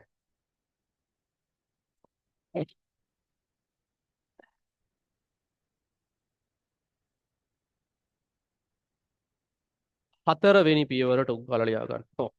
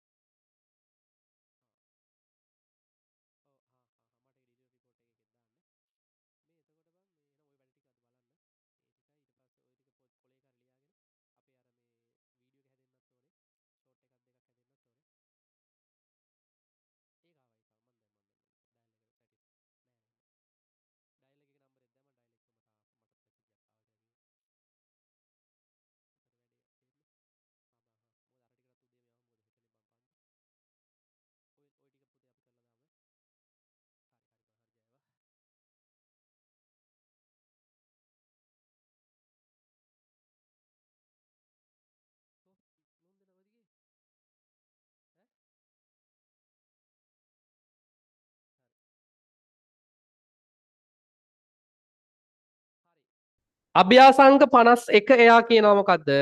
සීමිත සමගි සමාගම 4යි 1 දින සිට ආරම්භ වන පරිදි වසර 4ක කාලයක් සඳහා කල්බදු ක්‍රමයට යන්ත්‍රයක් මිලදී ගන්නා ලදී. මෙම වත්කමේ පිරිවැය ලක්ෂ 8ක් ලෙස ගණන් බලා ඇති අතර සුන්බුන් නගේ ලක්ෂයක් ලෙස අස්තමේන්තු කර ඇත. මෙම වත්කම ඵලදායී ජීව කාලය අවුරුදු 5යි. හැබැයි කල්බදු කාලය අවසානයේ වත්කමේ නීති අනුකූල අයිතිය අපිට අයිති වෙනවලු. හරි. මේ වත්කමේ කල්බදු කාලය කීයද අවුරුදු? කල්බදු කාලය කල්බද්දට රන් තියෙන අවුරුදු 4යි. ජීවිත කාලය අවුරුදු 5යි. කල්බදු කාලය 4 අවසානයේ වාරික අවුරුදු 4ක් ගෙවුවට පස්සේ අයිතිය මට හම්බ වෙනවද හම්බෙන්නේ නැද්ද? අයිතිය මට හම්බ වෙනවා. එහෙනම් එයා මාත් එක්ක ඉන්න අවුරුදු 4ද අවුරුදු 5ම ඉන්නවද? 5ම ඉන්නවා. එහෙනම් ෂෙයා කරන්න ඕන අවුරුදු 5න් එච්චරයි. right. ෂෙයා කරමු එහෙනම්. ෂෙයා කරන්නේ කොහමද? පිරිවැය කීයද පිරිවැය? ලක්ෂ 8යි. පිරිවැය ලක්ෂ 8යි. පිරිවැයෙන් අඩු කරනවා සුන්බුන් අගය ලක්ෂයයි. කිසි බයක් නෑ මෙයාව බෙදන්න පුළුවන්. මොකද එයාව අපිට හම්බ වෙන නිසා අවුරුදු එයා අපිත් එක්ක ඉන්නවා 5ක්. 5න් බෙදනවා. එහෙනම් පළවෙනි අවුරුද්දේ ෂය වියදම වෙනවා පුතේ කීයද? ලක්ෂ 7 5න් බෙදුනහම 1,40,000යි. අභ්‍යාසංක 51. අභ්‍යාසංක 52ට යන්න හදන්න බලන්න ටක් ගාලා. අභ්‍යාසංක 52.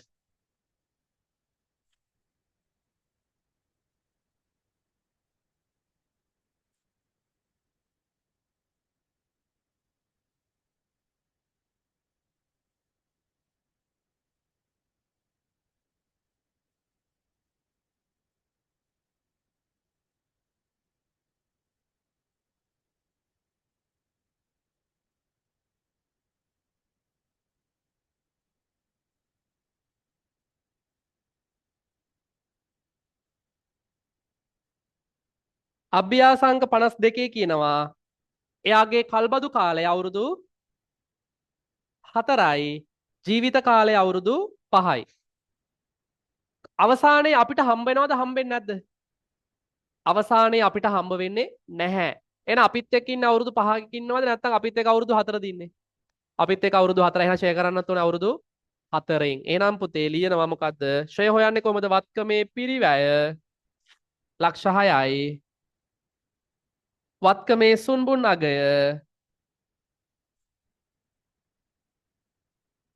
සුන්බුන් අගයක් නැහැ නේද? ඉන්නේ නැහැ බිඳුවයි. බෙදනවා අපිත් එක්ක ඉන්නේ අවුරුදු 4යි. අපිත් එක්ක ඉන්නේ කල්බදු කාලය තුල විතරයි. අවුරුදු 4 අවසානයේ යාව අපි දෙන්න වෙනවා. හරි. කීයක් එනවද ෂෙයා?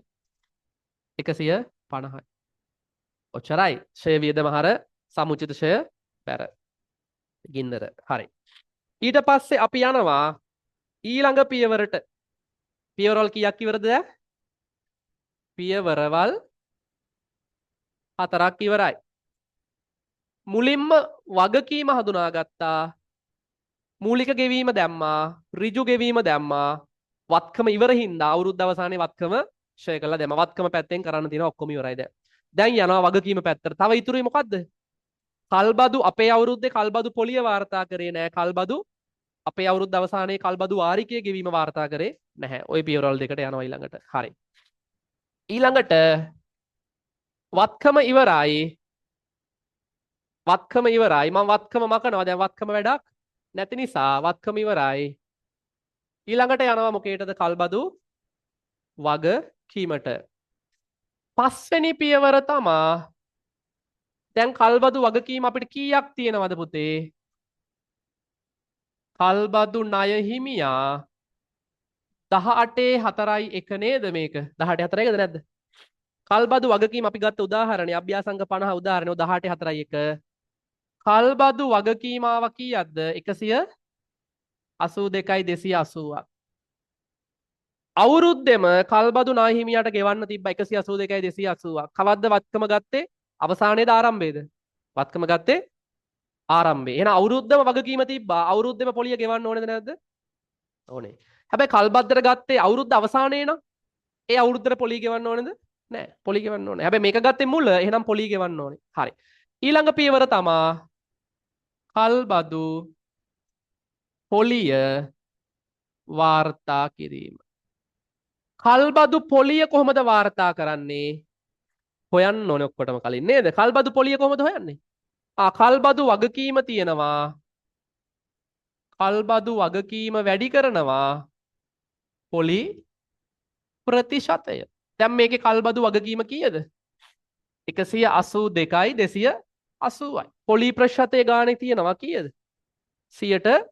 12යි. අවුරුද්දේ පොලි ප්‍රතිශතය 12යි වැඩි කරාම කල්බදු පොලි එනවා කීයක්ද? වැඩි කළා කිය. 182.280න් 12 බලපුවම කල්බදු පොලි එනවා කීයක්ද?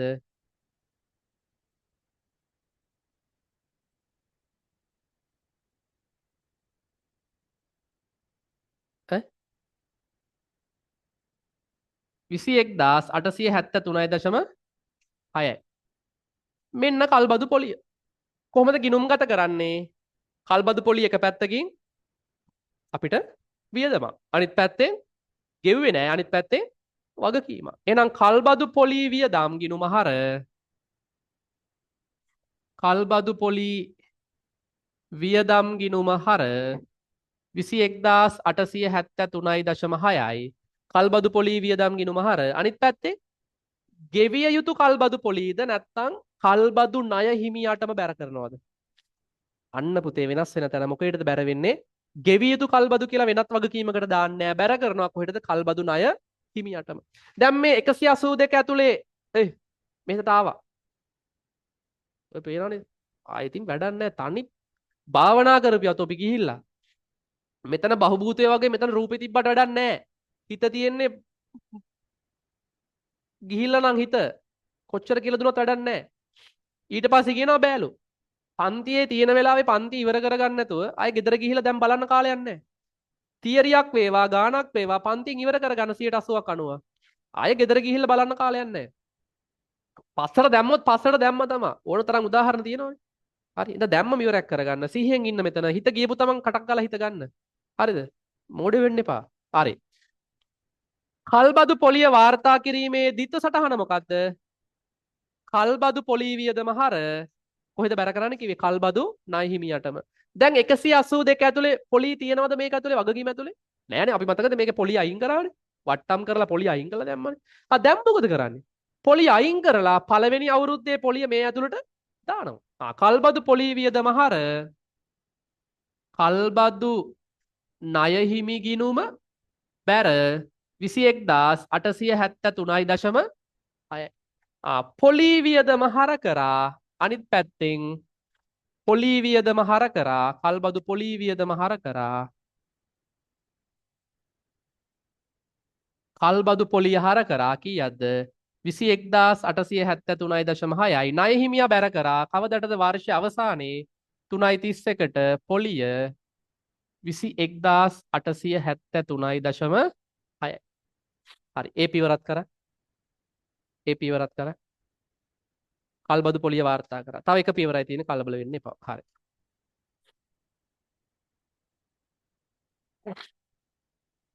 තැන්වල වහලා බැරි හරි පුතේ.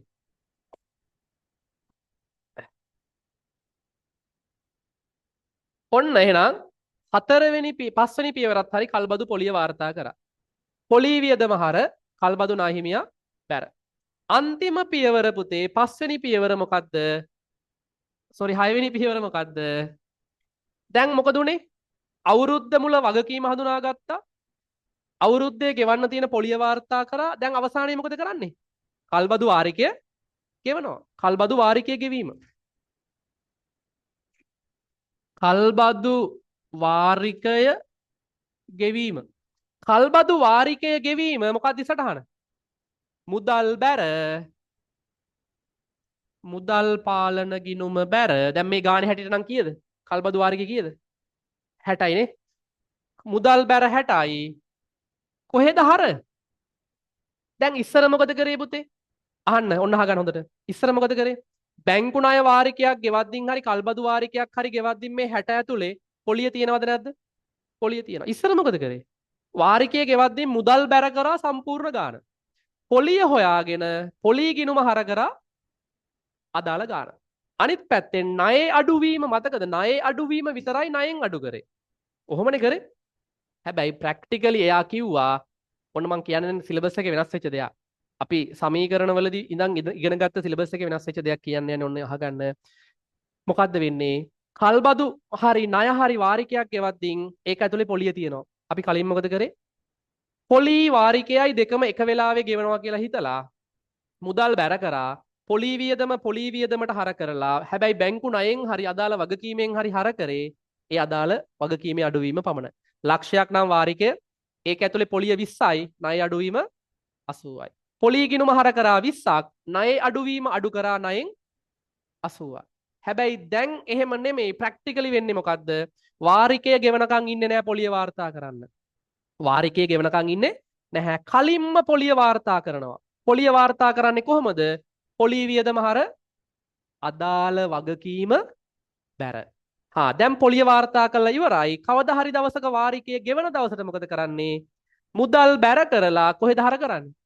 කෙලින්ම කල්බදු ණය හිමියම හර කරන්න පුළුවන්. මුදල් බැර අය වගකීමේ අඩුවීම ගගා හොය හොය ඉන්න දෙයක් නැහැ. මුදල් බැර කල්බදු ණය හිමි ගිණුම හර 60යි. කල්බදු ණය හිමි ගිණුම හර කීයද පුතේ? 60යි. මෙන්න ණය වාරිකය ගෙවනවා. නැත්තම් කල්බදු වාරිකය ණය වාරිකය නෙමෙයි කල්බදු වාරිකය ගෙවනවා. 60000යි. බලන්න වෙච්ච දේ මේ 60000 ඇතුලේ පොලිය තියෙනවා අහන් ඉන්න ඕනේ. මේ 60000 ඇතුලේ පොලිය තියෙනවා කීයක්ද? මේ 60000 ඇතුලේ පොලිය තියෙනවා 21873ක්. දැන් ඒ 21873 පොලියට මේ 60000 ඇතුලේ තියෙන 21873 කැපිලා යනවා. ඇත්තටම බැලුවොත් 9න් අඩු වෙලා තියෙන්නේ 182කින් අඩු වෙලා තියෙන්නේ ඒ 21000 ගාන නැතුව තමයි. මෙතන දාපු පොලියට මෙයා කැපිලා ගියා. එතකොට අන්තිමට ඇත්තටම ඉතුරු වෙන්නේ අනාගතයේ ගෙවන්න තියෙන ණය මුදල තමයි. ලොකු දෙයක් නෙමෙයි පුතේ. පොලිය මුලින්ම මොකද කරන්නේ? වියදම හර කරලා අදාළ වගකීම බැර කරන්න වාරිකයේ ගෙවද්දින් කඩ කඩ ඉන්න දෙයක් නෑ. මුදල් බැර අදාළ කල්බදු නාහිමියා හර. පැහැදිලිද? right. ටුක් ගලවක ලියා ගන්න 5 වෙනි පියවර. හරි ඔන්න අහගන්න. දැන් මං කියලා දෙන්න යන්නේ මාර වැදගත් දෙයක්. ඔයගොල්ලෝ මේ දක්වා ඉගෙන ගත්ත දෙයක් වැරදි කියලා කියලා දෙන්න යන්නේ. ඒක මෙතනින් පස්සේ ඒක වෙන්න ඕනේ මේ විදිහට. ඔන්න අහගන්න. ඔයාලා ඉගෙන ගත්තා මොකද්ද? ඔයා බැංකු ඔන්න දරාගන්න. ඔයා බැංකුවෙන් ණයක් ගත්තොත් දිසටහන කියන්නේ බැංකුවෙන් ණයක් ගත්තොත් දිසටහන මුදල් හර බැංකු ණය ගිණුම බැර. ලක්ෂ 5ක් ගන්නවා. දැන් බැංකු ණය ගිණුමේ තියෙන වගකීම කීයද? ලක්ෂ 5යි. මේ ලක්ෂ 5 ඇතුලේ පොලී තියෙනවද? බැංකුවෙන් ඔයා අද ලක්ෂ 5ක් ගත්තා. මේක ඇතුලේ පොලිය තියෙනවද? අනාගතයේ ගෙවන්න තියෙන පොලිය තියෙනවද? නැහැ. මේ තියෙන ගත්ත වටිනාකම. හැබැයි ඔයා ගෙවද්දින් ලක්ෂ 5 නෙමෙයි. ඔයා සමහරට වැඩි ගාණක් ගෙවන්න වෙනවා පොලී නිසා. හරි. ඔයා බැංකු ණය වාරිකය ගෙවනවා ලක්ෂයයි. බැංකු ණය වාරිකය කීයද පුතේ? ලක්ෂයයි. හරි. බැංකු ණය වාරිකය ලක්ෂයයි. අපි කලින් කොහොමද කරේ? බැංකු ණය වාරිකය ලක්ෂයයි. මේ ලක්ෂය ඇතුලේ ඔයාලා ගන්නවා ණය වාරිකය කිව්වම වාරිකය ඇතුලේ පොලියක් තියෙනවා. අර ණය විදිහට ගත්ත ලක්ෂ 5 අඩුවීමක් තියෙනවා. මේ ණය වාරිකයේ ඇතුලේ පොලී තියෙනවා 20000යි. එහෙනම් ණයේ අඩුවීම කීයද පුතේ? අර ලක්ෂ 5 අඩුවීම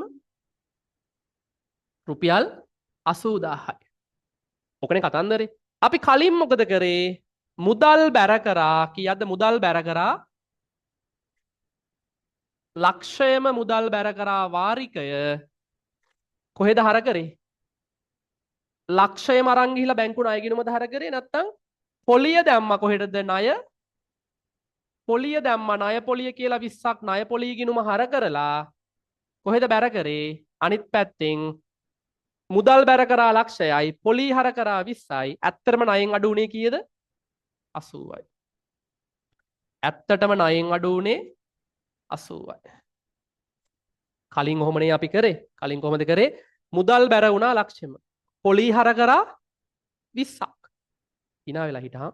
පොලී හර කරා 20ක්. හරි. ඊට පස්සේ අනිත් පැත්තේ බැංකු ණයෙන් අඩු කරේ කීයද? 80යි. ඔහොමනේ කරේ. හා මේක වැරදි. මේකට ලකුණු දෙන්නේ නැහැ. මේක වැරදි. මේකට ලකුණු දෙන්නේ නැහැ. මාකින් එක මම ඔයාලට පෙන්වන්නම්. මේක කරන්න ඕනේ මෙහෙම. කොහොමද කරන්න ඕනේ? මම කිව්වා ප්‍රායෝගික වෙන්නේ මොකද්ද? වාරිකය ගෙවන්න කලින් අපි පොලිය ගිණුම් ගත කරනවා. කල්බදු වල කියලා දුන්න දේම තමයි. මොකද්ද මුලින්ම නැගිට්ටා. පොලිය ගිණුම් ගත කරනවා. හරි. පොලිය ඔහොම ඊටපම නින්ද යනවා. නැගිටින්න කියලා ගියා. හරි. මොකද්ද? පොලිය ගිණුම් ගත කරන්නේ කොහොමද? පොලී වියදම හර පොලී වියදම කලින්ම හර කරනවා. මේ විදිහට නෙමෙයි දැන් කරන්නේ මොකද්ද? හරි බැංකු ණය ගත්ත ලක්ෂ 5ක් ඒක හරි. අනිත් පැත්තෙන් පොලී වියදම කලින්ම වාර්තා කරනවා. පොලී වියදම හර කොහෙටද බැර කරන්නේ? මං කිව්වේ බැර කරන්න කියලා කොහෙටද? ගෙවිය යුතු උපචිත බැංකු ණය පොලීද, ගෙවිය යුතු පොලීද නැත්නම් බැංකු ණය ගිණුමටමද? බැංකු ණය ගිණුමටමයි. අන්න පුතේ අපි පොලිය දැම්ම පළවෙනි අවුරුද්දේ 20000. පොලී වියදම හර බැංකු ණය ගිණුම බැර 20000යි. දැන් අර ලක්ෂයේ වාරිකය ගෙවනවා. දැන් මේ විදිහට කඩ කඩ ඉන්න දෙයක් නෑ. දැනටම පොලිය වාර්තා කරලා ඉවරයි. පළවෙනි අවුරුද්දේ පොලිය බැංකු ණය ගිණුමට දාලා ඉවරයි. මොකද කරන්නේ? වාරිකය ගෙවද්දින් මුදල් බැර ලක්ෂයයි කෙලින්ම ලක්ෂයම අරන් ගිහිල්ලා බැංකු ණය ගිණුමට හර කරලා දාන්න. ලක්ෂයම අරන් ගිහලා බැංකු ණය ගිණුමට හර කරලා දාන්න. ඇත්තටම වෙච්ච සුද්ධ බලපෑම එකයි. ලක්ෂ 5ට මේ 20000ට බැරපැත්තේ තියෙන 20ට මෙතනින් 20ක් කැපිලා යනවා. ඇත්තටම ලක්ෂ 5න් අඩු වෙන්නේ ලක්ෂද 80ද? මේ 20ට මේ 20 කැපිලා ගියාම ඇත්තටම ලක්ෂ 5න් අඩු වෙන්නේ 80 තමයි. කලින් විදිහම තමයි. හැබැයි ලකුණු දෙන්නේ නැහැ. මේ විදිහට කරොත් ලකුණු දෙන්නේ. මාකින් එකේ ස්ක්‍රීන්ෂොට් එකක් දාන්නම් මම අද නැත්තම් උඹලට මාව විශ්වාස නැහැ දිනුනොත් එයි මං කියවන කලින් එහෙම දෙයක් වුණා කියලා. කුරුණෑගල පටන් ගත්තානේ මං රිවිෂන් පන්තියක් ඉංග්‍රීසි මීඩියම්. ඒ ඉංග්‍රීසි මීඩියම් පටන් ගත්ත රිවිෂන් පන්තියේ මගේ තීරියක් යන්නේ නැහැ 26 තව මාස 5යිනේ. ඒ හින්දා මගේ තීරියක් මුකුත් යන්නේ නැහැ. මම මොකද්ද පේපර් ක්ලාස් එකක් පටන් ගත්තා. ওই පේපර් ක්ලාස් එකේ පළවෙනි දවසේ මම ඕක කියලා දුන්නා. ඉතින් දන්න දේ කියලා දෙන්න එපා පුතේ වෙනස් වෙච්ච දේ. තියරි ගිය වෙන කෙනෙක්ගේ ආවා මගේ පන්තියට. මගේ සර් කෙනෙක් තමයි ළමයි ටික එව්වේ. ඉතින් පළවෙනි දවසක මං කියලා දුන්නා. මම ඉතින් අය ස්ක්‍රීන්ෂොට් ගහ ගෲප් එකට දාන්න ගියේ නැහැ. මම හිතුවා මාව විශ්වාස කරයි කියලා. හැබැයි පුතේ ඊළඟ දවසේ ඒ ළමයි තුන්දෙනා අය ආවේ නැහැ පන්තියට. මම අර සර් මාර්ගෙන් හොයලා බැලුවා ඇයි ආවේ නැත්තේ කියන එක කියලා තිබ්බේ. තියරි පන්තියේ උගන්වන්නේ වෙන විදිහකට කියලා දුන්නේ. හැබැයි මම කියලා දුන්නේ වෙන විදිහකට. උන් විශ්වාස කරා කාවද? තියරි පන්තියේ ඉතින් හරියනේ විශ්වාස කරන්න එපා. ඉතින් නේ අවුරුදු ගාණක් ගියපු සර්නේ. එකපාරම මේ පළවෙනි දවසේ ගියපු සර් මේ මෝඩ කතාවක් කිව්වට ඉතින් නේද? හරි. ඉතින් මට හැබැයි ස්ක්‍රීන්ෂොට් එක දාන්න බැරි වුණා මට පුතේ. ඉතින් හරි කමන්නේ මම හිතාගත්තා දැක්කා නේද? හරි. හැමෝම වැරදියට කරයි යද්දී අර කිහිප දෙනෙක් නේ ගොඩක් අය වැරදියට කරයි යනවා කිහිප දෙනෙක් හරියට කරන් ගියාට ඉතින් උන්ට මොලේ පාදන්න අපිට බෑ. හරි. ඉතින් මේක බලන්න මාකින් යන හරි ඉස්කෝලේ මාකින් යන ගුරුවරයෙක්ගෙන් අහලා බලන්න මේක තමයි හරිම විදිහ. අර කලින් කරපු විදිහට ලකුණු කරොත් ලකුණු දෙන්නේ නැහැ පුතේ. මේක තමයි හරිම ක්‍රමේ. කල්බදු දැන් සමානයි නේද? දැන් කල්බදු වලත් කරන්නේ එහෙම නේද? පොලිය වාර්තා කරා එක පැත්තකින් වගකීමට දැම්මා පොලිය වාරිකයේ ගෙවද්දී සේරම කල්බදු ගිණුමට වගකීම් ගිණුමට හර කරා. ඉතින් බැංකු ණයත් එහෙම වෙන්න එපා. ක්‍රම දෙකක් තියෙන්න බෑනේ accounting වල. එහෙනම් මේකත් එහෙමයි මොකද්ද? බැංකු ණය පොලිය කලින්ම වාර්තා කරනවා. පොලිය ගිණුම හර වගකීම බැර වාරිකයේ ගෙවද්දී මුදල් බැර බැංකු ණය හර. පැහැදිලිද? right. ඉතින් උඹලට විශ්වාස කරන්න වෙනවා. කරන්න දෙයක් නැහැ. ඔය මාර්කින් වල හරි ලකුණු අඩු වෙන්නේ ගොඩක් ගිහිල්ලා මම නම් දුන්නා කියලා ආවට අන්තිමට ඒ මාකින් එකේ තියෙන විදිහට නෙමෙයි කරලා ඇවිල්ලා තියෙන. එහෙනම් මාකින් එක පට්ට වැදගත් ගණන් හදාද්දී ලකුණු දෙන විදිහ. එහෙනම් මේක මේ විදිහට තමයි කරන්න ඕනේ. හරිද පුතේ?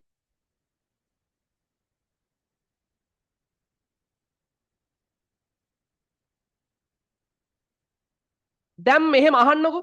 මේ අහන්න. දැන් මං කියලා දුන්නා නේද එයා?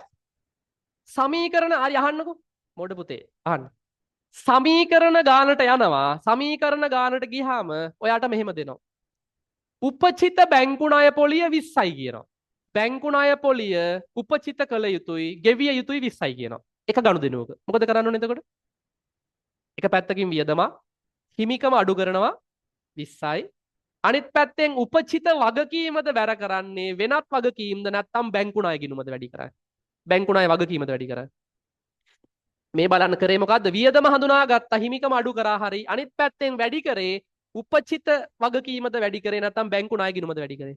ණය ගිණුම. ආම් බලන්න සමීකරණේ ඉඳන් වෙනස් වෙනවා. බැංකු ණය ගිණුම වැඩි කරා හරි. දැන් වාරිකය ගෙවනවා ලක්ෂයක් කියලා දෙනවා පල්ලෙහැ. පල්ලෙහෙන් දෙනවා මොකද්ද? වාරිකය ගෙවනවා ලක්ෂයයි. මොකද කරන්න ඕනේ? මුදල් අඩු කරා ලක්ෂයයි. අර විදිහට දැන් කඩ ඉන්න ඕනේද පොලියයි අනම්මන? නෑ. බැංකු ණය කියන වගකීමෙන් අඩු කරා ඔක්කොම ලක්ෂෙම අඩු කරා. දැක්කද? ඔයා පොලි වියදම හඳුනාගත්ත එක පැත්තකින් අනිත් පැත්තෙන් එක වගකීම කියලා උපචිත විදිහට දැම්මොත් වැරදි. දැන් වගකීම කියලා දාන්න ඕනේ කොහෙටද? බැංකු ණය වැඩි කරන්න ඕනේ. සමීකරණ ගානේ. හරිද? ශුද්ධ බලපෑම එකයි. අන්තිමට පුතේ මුදල් අඩු වෙනවා ලක්ෂයයි, හිමිකම අඩු වෙනවා 20යි. බැංකු ණයෙන් අඩු වෙන්නේ ඇත්තටම බලද්දී ලක්ෂ 5ට වැඩි කරා 20ක් 520 වුණා. අඩු කරා ලක්ෂයක්. කීයද? 420යි. ඇත්තටම ලක්ෂ 5න් අඩු වෙලා තියෙන 80 තමයි. ශුද්ධ බලපෑම එකයි. හැබැයි පුතේ ගනුදෙනු දෙකක් විදිහට දුන්නොත් අර විදිහට පිය යුතුයි. පැහැදිලිද? right. දැන් මොකද්ද කී බලමුලගේ ප්‍රශ්න ටික. හරි. ඔතරම තරුවක් දාලා ලියාගනින්න.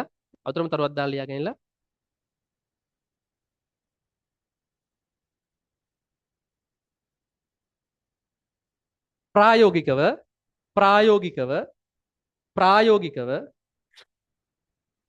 ඇයි පුතේ එහෙම accounting වෙනස් කරන්නේ නැවත ඒ විදිහට? දැන් ඕක ඇත්තටම අද ඕක වෙනස් වෙන්නේ ඇයි එහෙම නිතර ඒවා වෙනස් වෙන්නේ?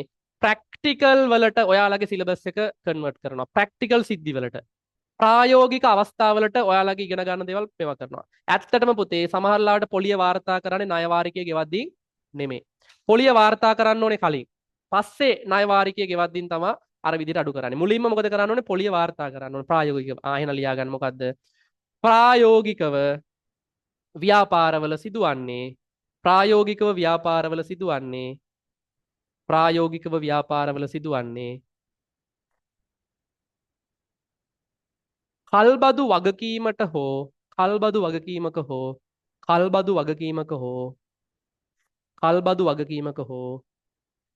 කල්බදු වගකීමට හෝ බැංකු ණය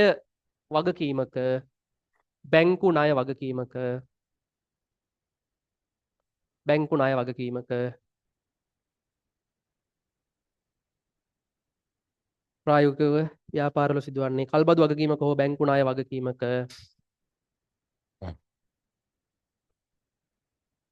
පොලි පොලි පොලි ප්‍රථමයෙන් වාර්තා කිරීමයි. ප්‍රථමයෙන් වාර්තා කිරීමයි.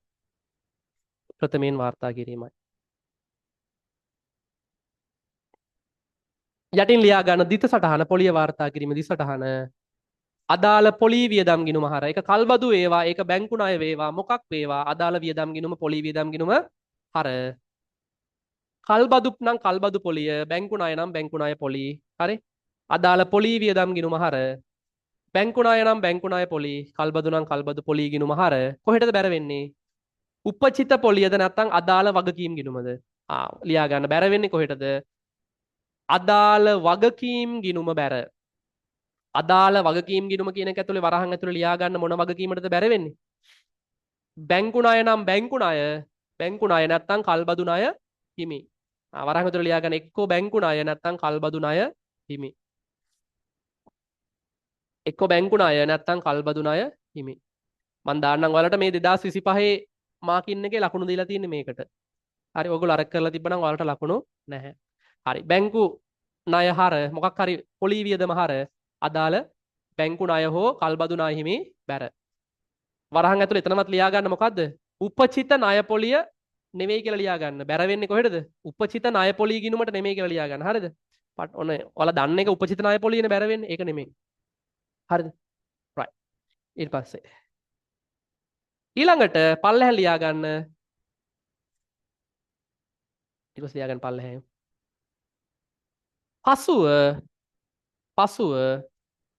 පසුව ණය වාරිකය පසුව බැංකු ණය වාරිකය හෝ පසුව බැංකු ණය වාරිකය හෝ කල්බදු වාරිකය පසුව බැංකු ණය වාරිකය හෝ කල්බදු වාරිකය ගෙවන විට පසුව බැංකු ණය වාරිකය හෝ කල්බදු වාරිකය ගෙවන විට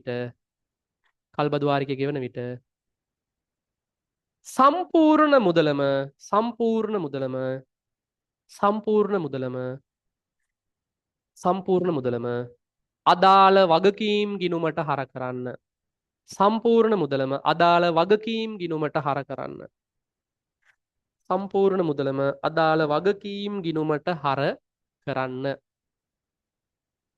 right දිසටහන මොකක්ද දෙන යටින් ලියා ගන්න වාරිකයේ ගෙවීම දිසටහන මුදල් පාලන ගිණුම බැර බැංකු ණය ගිණුම හෝ කල්බදු ණය හිමි ගිණුම හර දිසටහන මොකක්ද බැංකු ණය ගිණුම බැර වැරද්දුවා මුදල් පාලන ගිණුම බැර බැංකු ණය ගිණුම හෝ කල්බදු ණය හිමි ගිණුම හර හලියා ගන්න දිසටහන මුදල් පාලන ගිණුම බැර බැංකු ණය ගිණුම හෝ කල්බදු ණය හිමි ගිණුම හර හරි ඔන්න සිද්ධිය හරි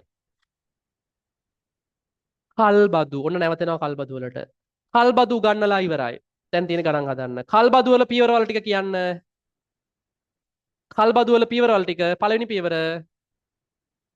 පියවර කල්බදු වගකීම හඳුනාගත්තා කල්බදු වගකීම කියන්නේ මොකයිටද අනාගතයේ ගෙවන කල්බදු වාරිකවල වර්තමාන අගේ එක්ක වාරික වට්ටම් සාධකයෙන් වැඩි කරලා ගත්තා නැත්නම් අනාගතයේ ගෙවන ඔක්කොම කල්බදු වාරිකවල පොලිය අඩු කරා වගකීම හොයාගෙන දිසටහන මොකද්ද පියවරවල ටික මතක් කරගමු මුලින්ම මොකද්ද කරන්නේ අහන්න හරි පළවෙනි එක මොකද්ද කියන්නේ කල්බදු වගකීම හඳුනා ගන්නවා කල්බදු වගකීම හඳුනා ගන්න දිසටහන එක පැත්තකින් වත්කම හර වගකීම බැර අනිත් පැත්තේ මොකද්ද වෙන්නේ දෙවැනි පියවර මූලික ගෙවීම මුදල් බැර වත්කම හර ඍජු වියදම් ගෙවීම මුදල් බැර වත්කම හර වත්කම ඉවරයි වත්කම අවුරුද්ද අවසානයේ ෂය කරලා ඉවර කරලා දානවා ඊළඟ පියවර මොකද්ද කල්බදු වගකීමේ කල්බදු පොලිය වාර්තා කරනවා පොලිය හර කල්බදු වගකීම බැර වාරිකයේ ගෙවනවා මුදල් බැර වගකීම හර තුලනය කරලා අන්තිමට වර්ෂ අවසානයේ වගකීම ගන්න පුළුවන් වර්ෂ අවසානයේ වත්කම තියෙනවා වර්ෂ අවසානයේ පොලිය තියෙනවා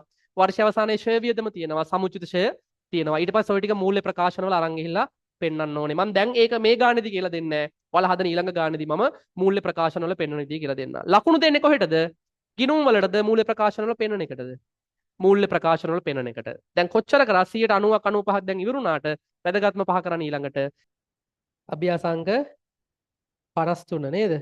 අභ්‍යාසාංග 53 අපිට කියනවා සීමිත ආශ්‍රිත සමාගම. අභ්‍යාසාංග 53 සීමිත ආශ්‍රිත සමාගම XYZ සමාගමෙන් 4.1 23 4.1 ලක්ෂ 8ක මූලික ගෙවීමක් එක්ක වාර්ෂික වාරික 150 ගානේ වාරික 5කින් ගෙවන්න පොළි අනුපාතයේ 15 ගානේ. ඉතින් වත්කමක් ගත්තා. අර ලක්ෂ 8ක මෝටර රථ ආරම්භයේ තිබ්බගෙන එක හරි ඒක වැඩක් නැහැ. ඒක ලොකුට හිතන්න එපා. ඒක උඩ නැහැ. ඒක අමතක කරන්න. රයිට්. ඔච්චරයි තොරතුරු ටික. දැන් අපි වාර්තා කරගෙන යන්නේ. මෙයා ඉල්ලා තිනව ගැන වැඩි හිතන්න එපා. අපි ඔක්කොම ටික වාර්තා කරයි යන්නේ. හරියට බලමු. පළවෙනි පියවර මොකද්ද පුතේ? කල්බදු වගකීම හඳුනා ගන්න ඕනේ. ඔන්න පළවෙනි පියවර. ඉතින් අපි වගකීම හඳුනා ගන්න යන්නේ. දැනටම ඔයා දන්නවා වගකීම හඳුනා ගන්න. අපි වගකීම හඳුනාගන්නේ කොහොමද පුතේ? ව්‍යාපාරයේ අනාගතයේ ගෙවන කල්බදු වාරිකවල වර්තමාන අගය. එහෙනම් වගකීම හඳුනාගෙන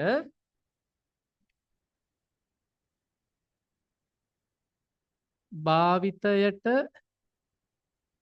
අයිතිය ඇති වත්කම් ගිණුම හර කරනවා. අනිත් පැත්තෙන් කල්බදු ණය හිමියාව බැර කරනවා නේ. වත්කම හර කරලා කල්බදු ණය හිමියාව මොකද කරන්නේ? බැර කරනවා.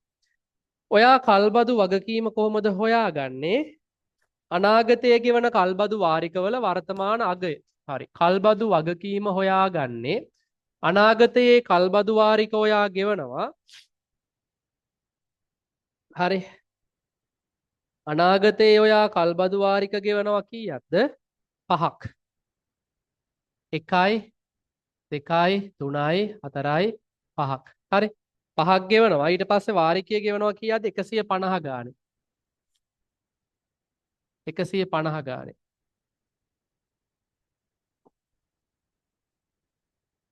මේ කල්බදු වාරිකවල වර්තමාන අගය ගන්න මොකද කරන්නේ? වට්ටම් සාධකයෙන් වැඩි කරන වට්ටම් සාධකයේ දීලා තියෙනවා 8යි 7යි. ඊට පස්සේ 7යි 5යි 6යි. ඊට පස්සේ තියෙනවා 6යි 5යි 8යි. ඊට පස්සේ තියෙනවා 5යි 7යි 2යි. ඊට පස්සේ තියෙනවා 4යි 9යි 7යි. වැඩි කරාම කීයක් එනවද පුතේ වර්තමාන අගය? මෙතන එනවා ටක් ගාලා මට දව කරන්න.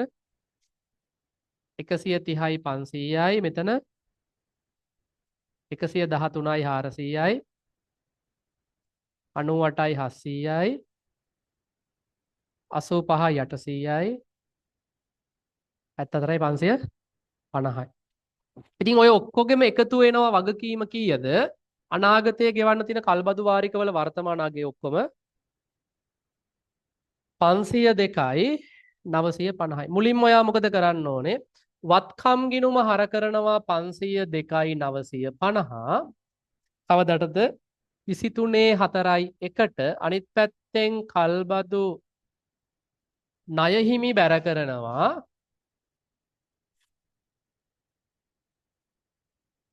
502යි 950. ඔන්න පළවෙනි පියවර හරි.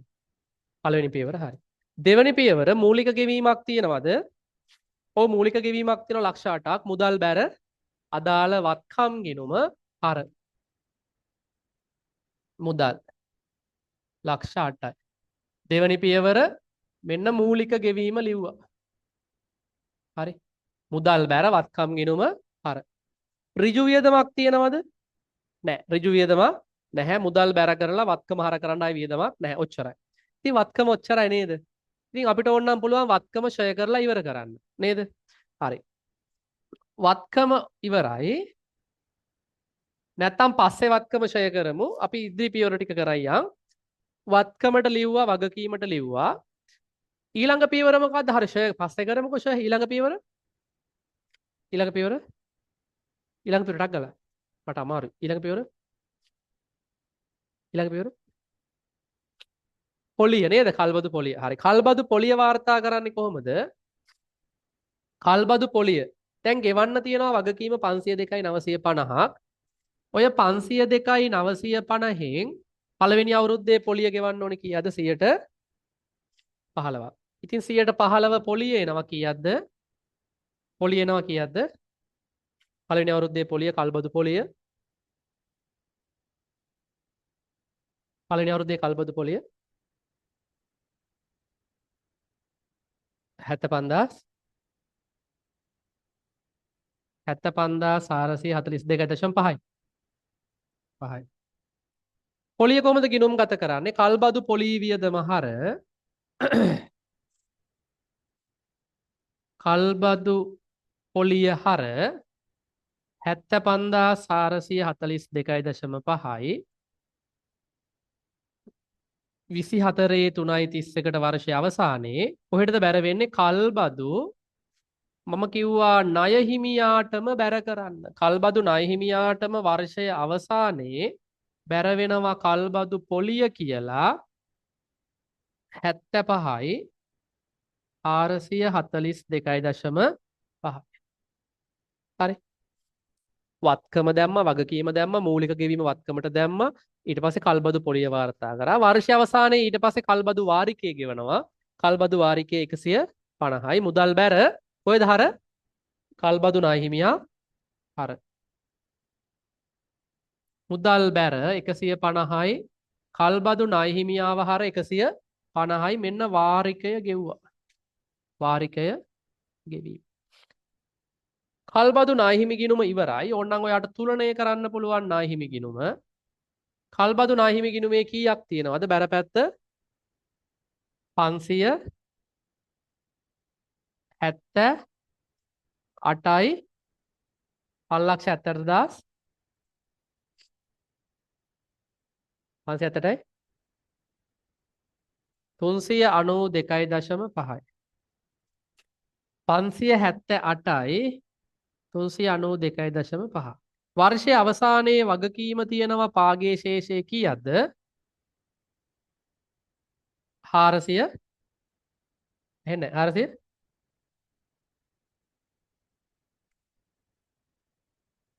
428යි 392.5යි. right. 428යි 392.5යි. මේ අවුරුද්ද අවසානයේ කල්බදු ණය හිමියට ගෙවන්න තියෙනවා 4,28,392.5. ඊළඟ අවුරුද්ද පටන් ගන්නදිනුත් ගෙවන්න තියෙනවා ඔන්න ඔය ගාන. තව අපි ෂෙයා කරේ නෑ. ෂෙයා කරලා ඉවර කරමු. තාම අපි ෂෙයා කරේ නෑ. වත්කම කීයක් තියෙනවද? වත්කමේ දැන් වත්කමනේ ෂෙයා කරන්නේ කීයක් තියෙනවද?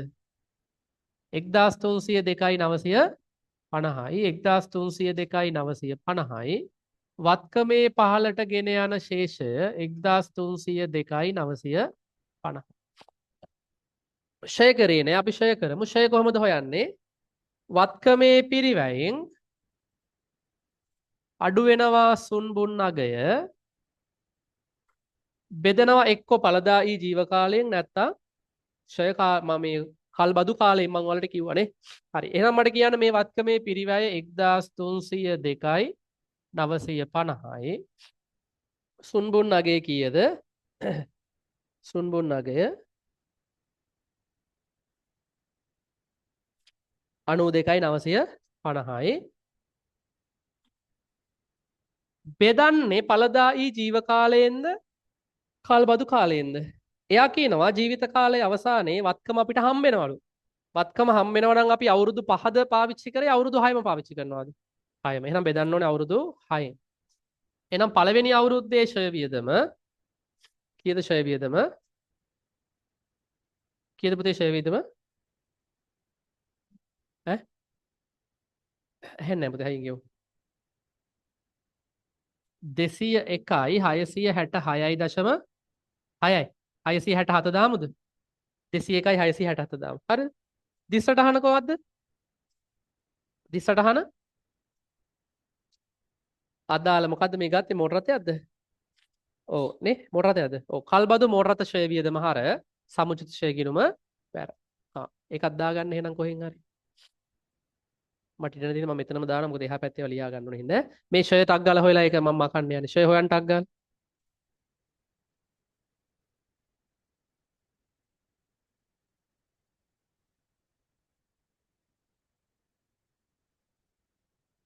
ටක් ගාලා ඉවර කරා.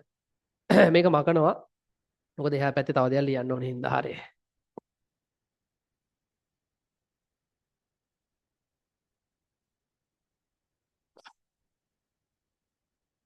ඔන්න ෂය වියදම හර හරිද මගන්න බලන්න බෑ මම යටින් ලියලා නැහැ ඉතින් අරක ඵලදායී ජීව කාලයෙන් බෙදෙන්න ඕනේ ඒක ලියලා නැහැ 6 කියලා අරන් තියෙනවා ඇයි ඵලදායී ජීව කාලයෙන් බෙදෙන්නේ වර්ෂ අවසානයේ අපිට ආපහු යා හම්බ වෙන හින්දා හරි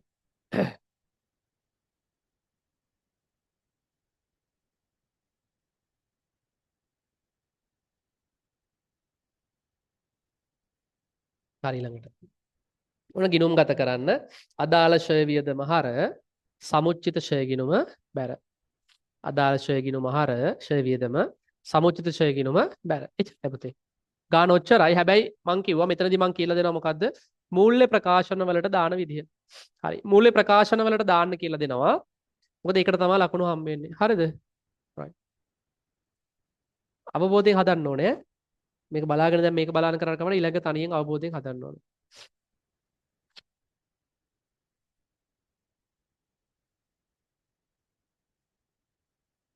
right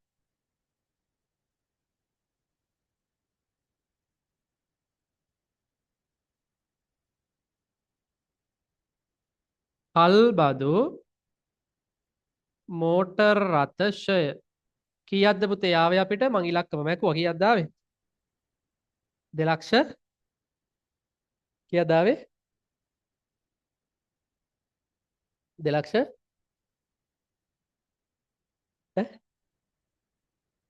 201යි 667යි 201යි එහෙනම් එනවා ෂය 201යි 667යි ඔන්න ෂයගිනු මහර මෝටර් රථ කල්බදු මෝටර් රථ සමුච්චිත ෂයගිනුම බැර කවදටද 24/3/31ට ෂය කියලා 201යි 667යි ඔන්න ඉවරයි පුතේ ඔක්කොම ටික ඉවරයි වත්කම වාර්තා කරා වගකීම වාර්තා කරා මූලික ගෙවීම දැම්ම වත්කමට වත්කම ඉවරයි ඒ වත්කම ෂය කරලා ෂය වියදම හර කළා සමුචිත ෂය බැර කරා ඊට පස්සේ කල්බදුනා හිමියා ආරම්භයේ මෙච්චරක් තිබ්බා එතනින් 112ක් පොලිය බලලා පොලී ගිණුම හර කරලා වගකීම බැර කරා වාරිකය ගෙවද්දී මුදල් බැර කරලා කල්බදුනා හිමි හර කරා ඔච්චරයි දැන් ඔක්කොම ටික හරි දැන් යන්නේ මූල ප්‍රකාශන වල පෙන්නන්න මම මූල ප්‍රකාශන ෆෝමැට් එක ගහනවා දන්න අය අරන් ගිහිල්ලා පෙන්නන්න තැන් තැන් වල දන්න විදිහට අනිත් අයට මම එනවා මේ දක්වා කරපු වගේ ප්‍රශ්න දෙනවා නම් අහන්න පුළුවන් හරි ඔන්න මම හදනවා ආදායම් ප්‍රකාශනය දැන් පුතේ ආදායම් ප්‍රකාශනයේ ඇත්තටම මම ෆෝමැට් එක දාන්නේ නැහැ ලියන්නේ දැන් වියදම්නේ ආදායම් ප්‍රකාශනයේ මෙතන තියෙන වියදම්නේ ලියන්නේ හරි ඔයාට වියදම් ලියන්න පුළුවන් එක්ක බෙදා හැරීමේ වියදම් ඉතින් මෙතන වියදම් කීයද තියෙන්නේ ෂය මෝටර රථ ෂය කියන්නේ ඒක බෙදා හැරීමේ වියදම් බෙදා හැරීමේ වියදම් වල ලියනවා කල්බදු රථ ෂය කීයද ෂය පුතේ 201යි 667යි අය මොකද්ද එක වියදමක් ලිව්වා අනිත් වියදම මොකද්ද කල්බදු පොලිය කොහෙද ලියන්නේ මූල්‍ය වියදම් අපි මූල්‍ය වියදම් වල ලියනවා කල්බදු පොලිය කීයද 75442.5 කල්බදු පොලිය 75442.5 ඔන්න ආදායම් ප්‍රකාශනයේ උද්දෘත ඔච්චරයි මොකද වියදම් දෙකයිනේ තියෙන්නේ කල්බදු පොලියයි අදාළ ෂය ගිණුමයි දැම් හරි රයිට් මූල්‍ය තත්වයට යන්න කලින් ඔය දක්වා කරපු වගේ ප්‍රශ්න තියෙනවද බලන්න රයිට් හරි අද මම මේක පුළුවන් වෙන්න ඔයාලව පුළුවන් කරවලා යවන්නේ හැබැයි ඔයාගේ අතේ තමයි තියෙන්නේ අද පුළුවන් වෙච්ච එක හෙට අමතක කරනවද මේ සතිය තුලයි බලා ගන්නවද අමතක කරලා දානවද කියන එක ඔයාගේ අතේ තියෙන්නේ එතනින් ඒක පස්සේ මගේ කන්ට්‍රෝල් එකේ නෑ ඒක හරි ඔන්න ආදායම් ප්‍රකාශනයේ හරි දැන් මොකද්ද අපි ලියන්න ඕනේ දැන් මූල්‍ය තත්වයේ අදාළ දේවල් ලියන මොකද මූල්‍ය තත්වයේ වත්කමක් තියෙනවා වගකීමක් තියෙනවා ඔන්න අහන්න මූල්‍ය තත්වයේ ලියන විදිය මේක මකන්න පුළුවන්ද මට ඈ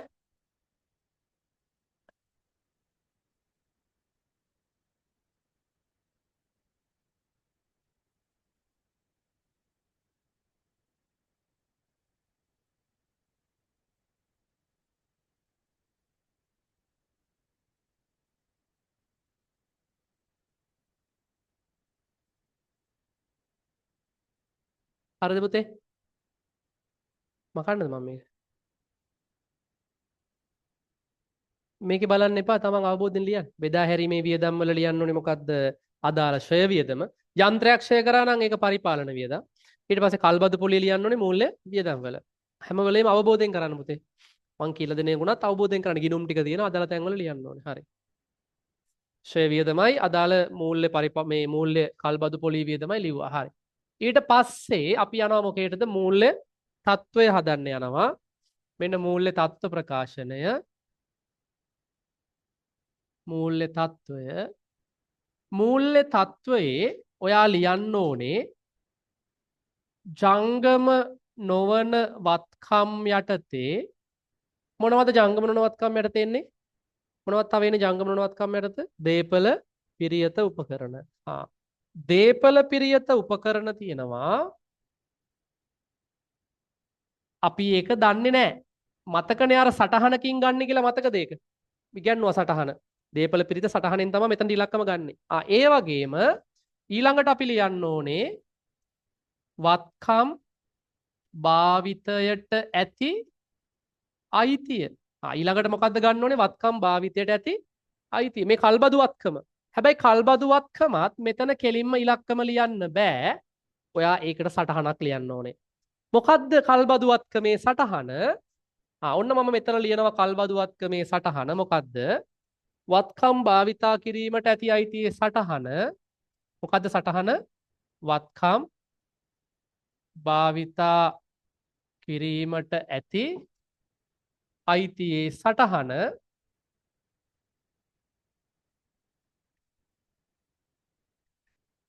මොකද්ද සටහන? අර දීපල පිරියත සටහනම තමයි. පිරිවැය අපිට තියෙන්නේ මෝටර් රථයක්. කවදටද 2023 4.1 ශේෂය වත්කම් මිලදී ගැනුම් ඉවත් කිරීම ප්‍රත්‍යාගරණ කතන්දර ආරම්භ නම් මේකේ නැති හින්දා අපි ඒවා ලියන්නේ නැතුව අපි තිබ්බොත් ලියනවා 24 3.31 ශේෂය. හරි. ඊළඟට පිරිවැය ලිව්වට පස්සේ ඊළඟට සමුච්චිත ෂය. සමුච්චිත ෂයත් ආරම්භක ශේෂය. මේක දීපල පිරියත සටහනේ මං කිව්වා. ඊළඟට වර්ෂයේ ෂය. ඊළඟට ෂය ඉවත් කිරීම ප්‍රත්‍යාගරණ මත ෂය ඉවත් කිරීම තියෙන්න පුළුවන් මම ලිව්වේ නෑ. අවශ්‍ය නම් ලියන්න. අන්තිම ශේෂය. පිරිවැයෙන් සමුච්චිත ෂය අඩු කරාට පස්සේ අපිට එනවා 3.31ට ධාරණ අගේ. අර දීපල පිරියත සටහනම තමයි. කල්බදු වලට වෙනම සටහනක් ගහනවා. දීපල පිරියත සටහන අස්සේ ගැහුව හැකිද? බෑ. දීපල පිරියත වලට වෙනයි කල්බදු සටහන මෙනයි. බලන්නකො කොච්චර ෆෝමැට් එක ගහන්නම කොච්චර යනවද? අර ආදායම් ප්‍රකාශනය, මූල්‍ය තත්ත්වය, හිමිකම වෙනස් වීම, ඊට පස්සේ සටහන්, දීපල පිරියත සටහන, කල්බදු සටහන, අර වෙනත් ආදායම්, පහත වියදම් අඩු කර ලාභය අරගෙන නැත්තේ පහත වියදම් අඩු කිරීමෙන් පෙර වැඩවල වියදම් ටික නේ. එන ගේම් එකක් තියෙනවා මේක. ඉතින් මේක විනාඩි 36න් මේ ගහන සමාගම් ගාන හදනවා කියන්නේ ආයේ සුපිරි ගේම් එකක්. විනාඩි 36න් උඹලා ෆෝමැට් එකම ගහනවා විනාඩි 20ක් විතර. ඉතින් එහෙම බෑ. දැන් මං තැන් හරි. දැන් මූණ කියලා දුන්නා, කන් දෙක කියලා දුන්නා, අත් කියලා දුන්නා, බඩ කියලා දුන්නා. තව තියෙනවා කකුල් දෙක විතරයි තව කියලා දෙන්න තියෙන්නේ. හරි. සමාගම් ගානේ ෆෝමැට් එක කියලා දීලා තියෙන ආදායම් ප්‍රකාශනය. දැන් මූල්‍ය තත්ත්වයේ හිමිකමේ ෆෝමැට් එක කියලා දුන්නා. ගානක් දෙකක් හැදුවා. තව ප්‍රමිත තියෙන්නේ වැදගත් ප්‍රමිතයකට. අය ඇත්තටම දැන් වැදගත් ලොකු ප්‍රමිත නැහැ. මේ ගානට එන්න ඕන ප්‍රමිත ඔක්කොම කියලා දීලා තියෙන්නේ. හරි. තව චුට්ටයි. දැන් ඔයාලට සමාගම් ගානේ කියන මිනිහා දැන් හදාගන්න පුළුවන් මම යම් තැනකදී ওই කෑලි එකතු කරනවා. හරි. right. ඉතින් පුතේ වත්කමේ ආරම්භක ශේෂය 0යි. මිලදී ගැනුම් තියෙනවා. වත්කම ඔක්කොම ගත්ත කීයක්ද? 1302.950. මේ අවුරුද්දේ වත්කම ගත්තා 1302.950. ඉවත් කිරීම නෑ. වත්කමේ අන්තිම අගේ 1302.950. අවුරුද්දේ ෂය කරා සමුච්චිත ෂය ගිණුමට දැම්ම 201.667. ආරම්භක ශේෂයක් නෑ. වර්ෂයේ 201.667. අපි දීපල පිරියතවලත් ඔහොමනේ පිරෙව්වේ. ආරම්භයේ නෙමෙයි අවසානයේ ඔක්කොම ෂය කීයද? 201.667. අවසාන පිරිවැයෙන් අවසානයේ සමුච්චිත ෂය අඩු කරාම ධාරණා ගේනවා කීයද? ටක් ගාලා කියන්න. ධාරණාගේ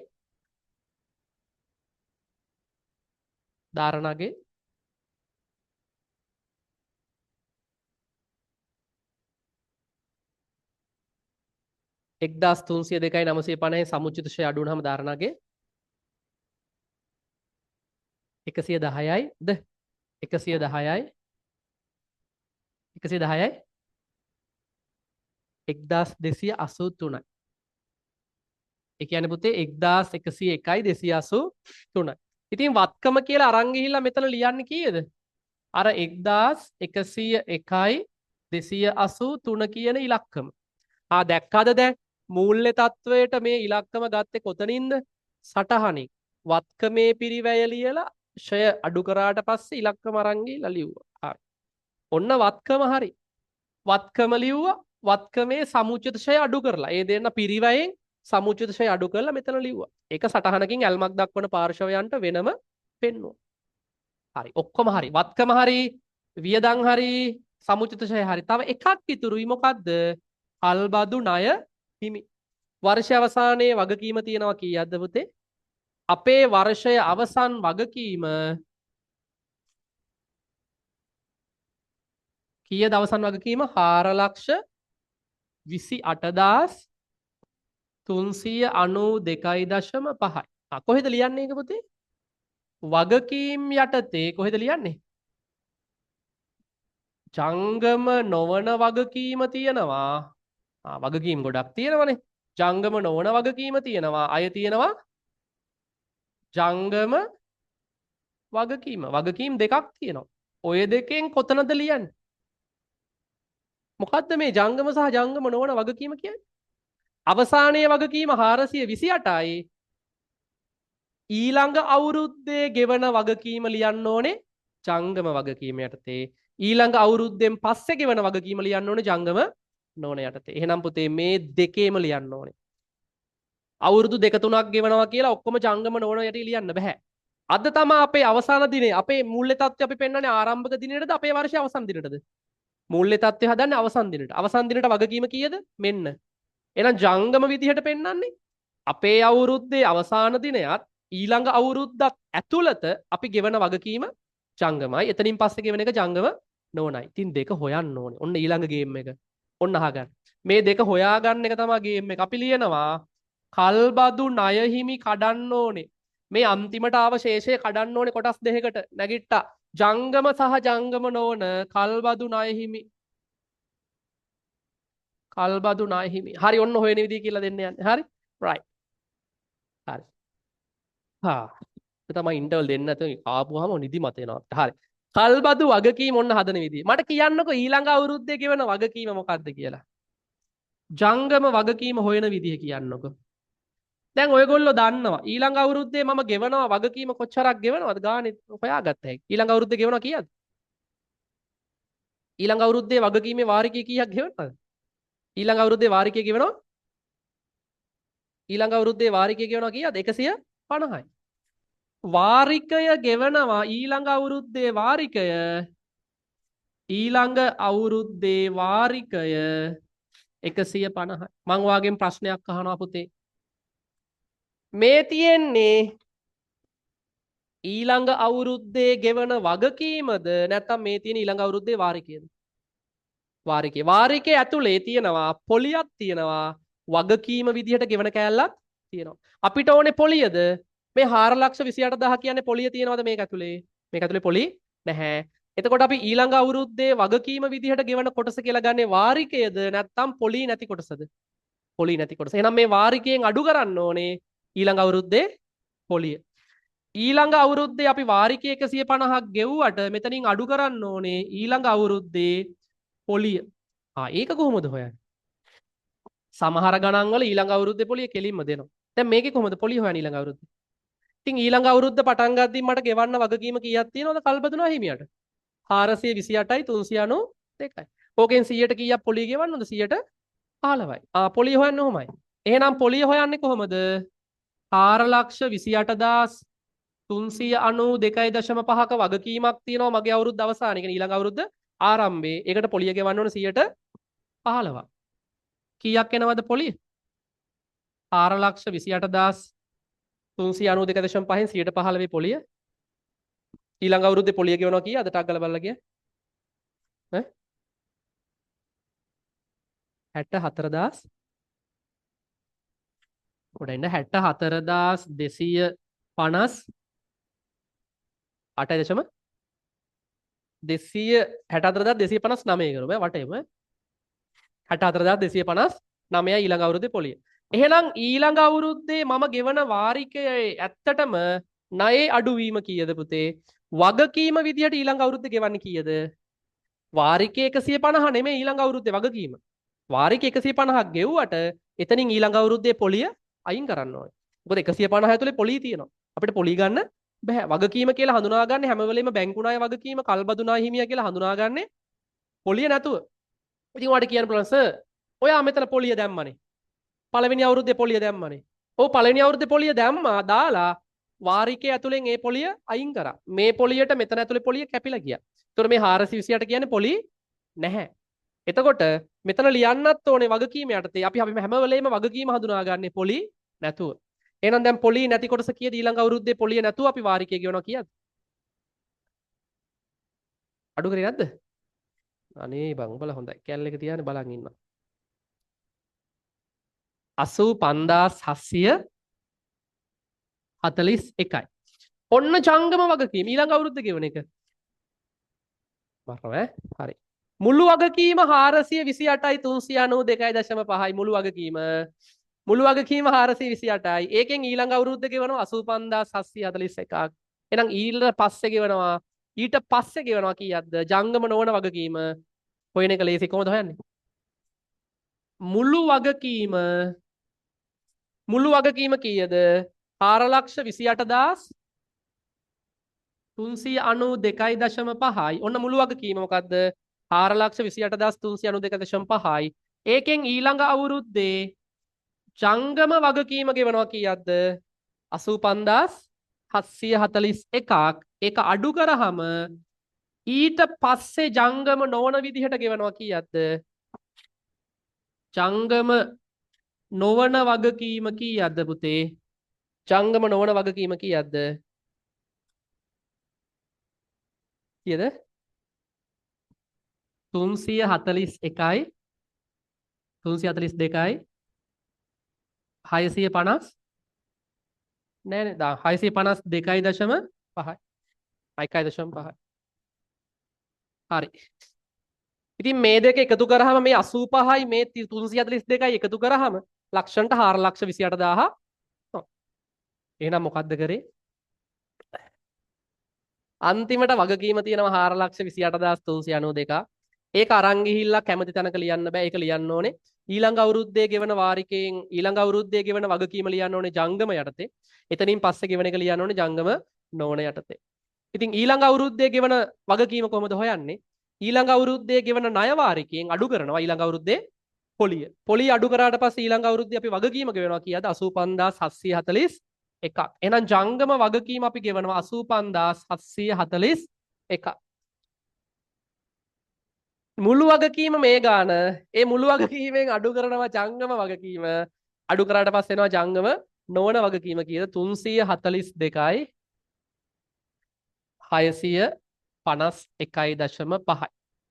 right. ඔච්චරයි ගාන. ලකුණු දෙන්නේ මේකට. මෙන්න මෙයාට නිකන් ලකුණු හම්බ වෙනවා.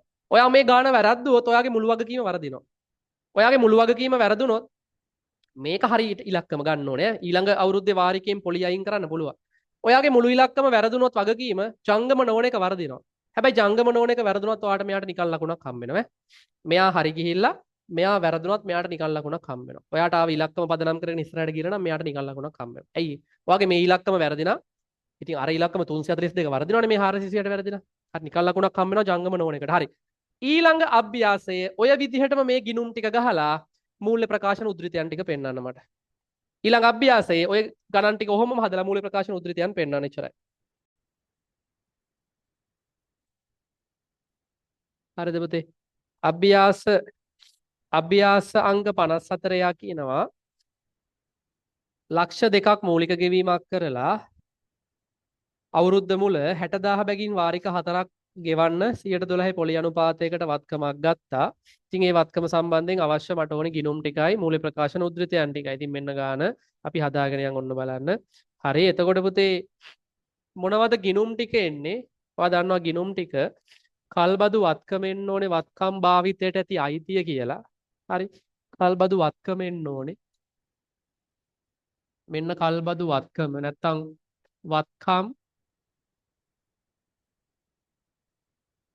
වත්කම් භාවිතයට ඇති අයිතිය. ඊට පස්සේ පුතේ කල්බදු ණය හිමි. ඊට පස්සේ වට එනවා කල්බදු පොලිය. හරි. ඊට පස්සේ කල්බදු වත්කම මොකද්ද වත්කම? යන්ත්‍රය.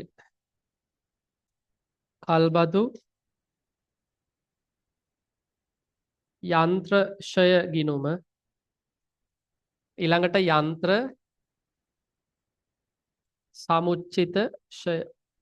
පළවෙනි පියවර ඔයා දන්නවා අනාගතයේ ගෙවන කල්බදු වාරිකවල වර්තමානාගය වගකීමසේ හඳුනා ගන්න ඕනේ. මුලින්ම කරන්න ඕනේ වගකීම. හරි. වගකීම හඳුනාගන්නේ කොහොමද?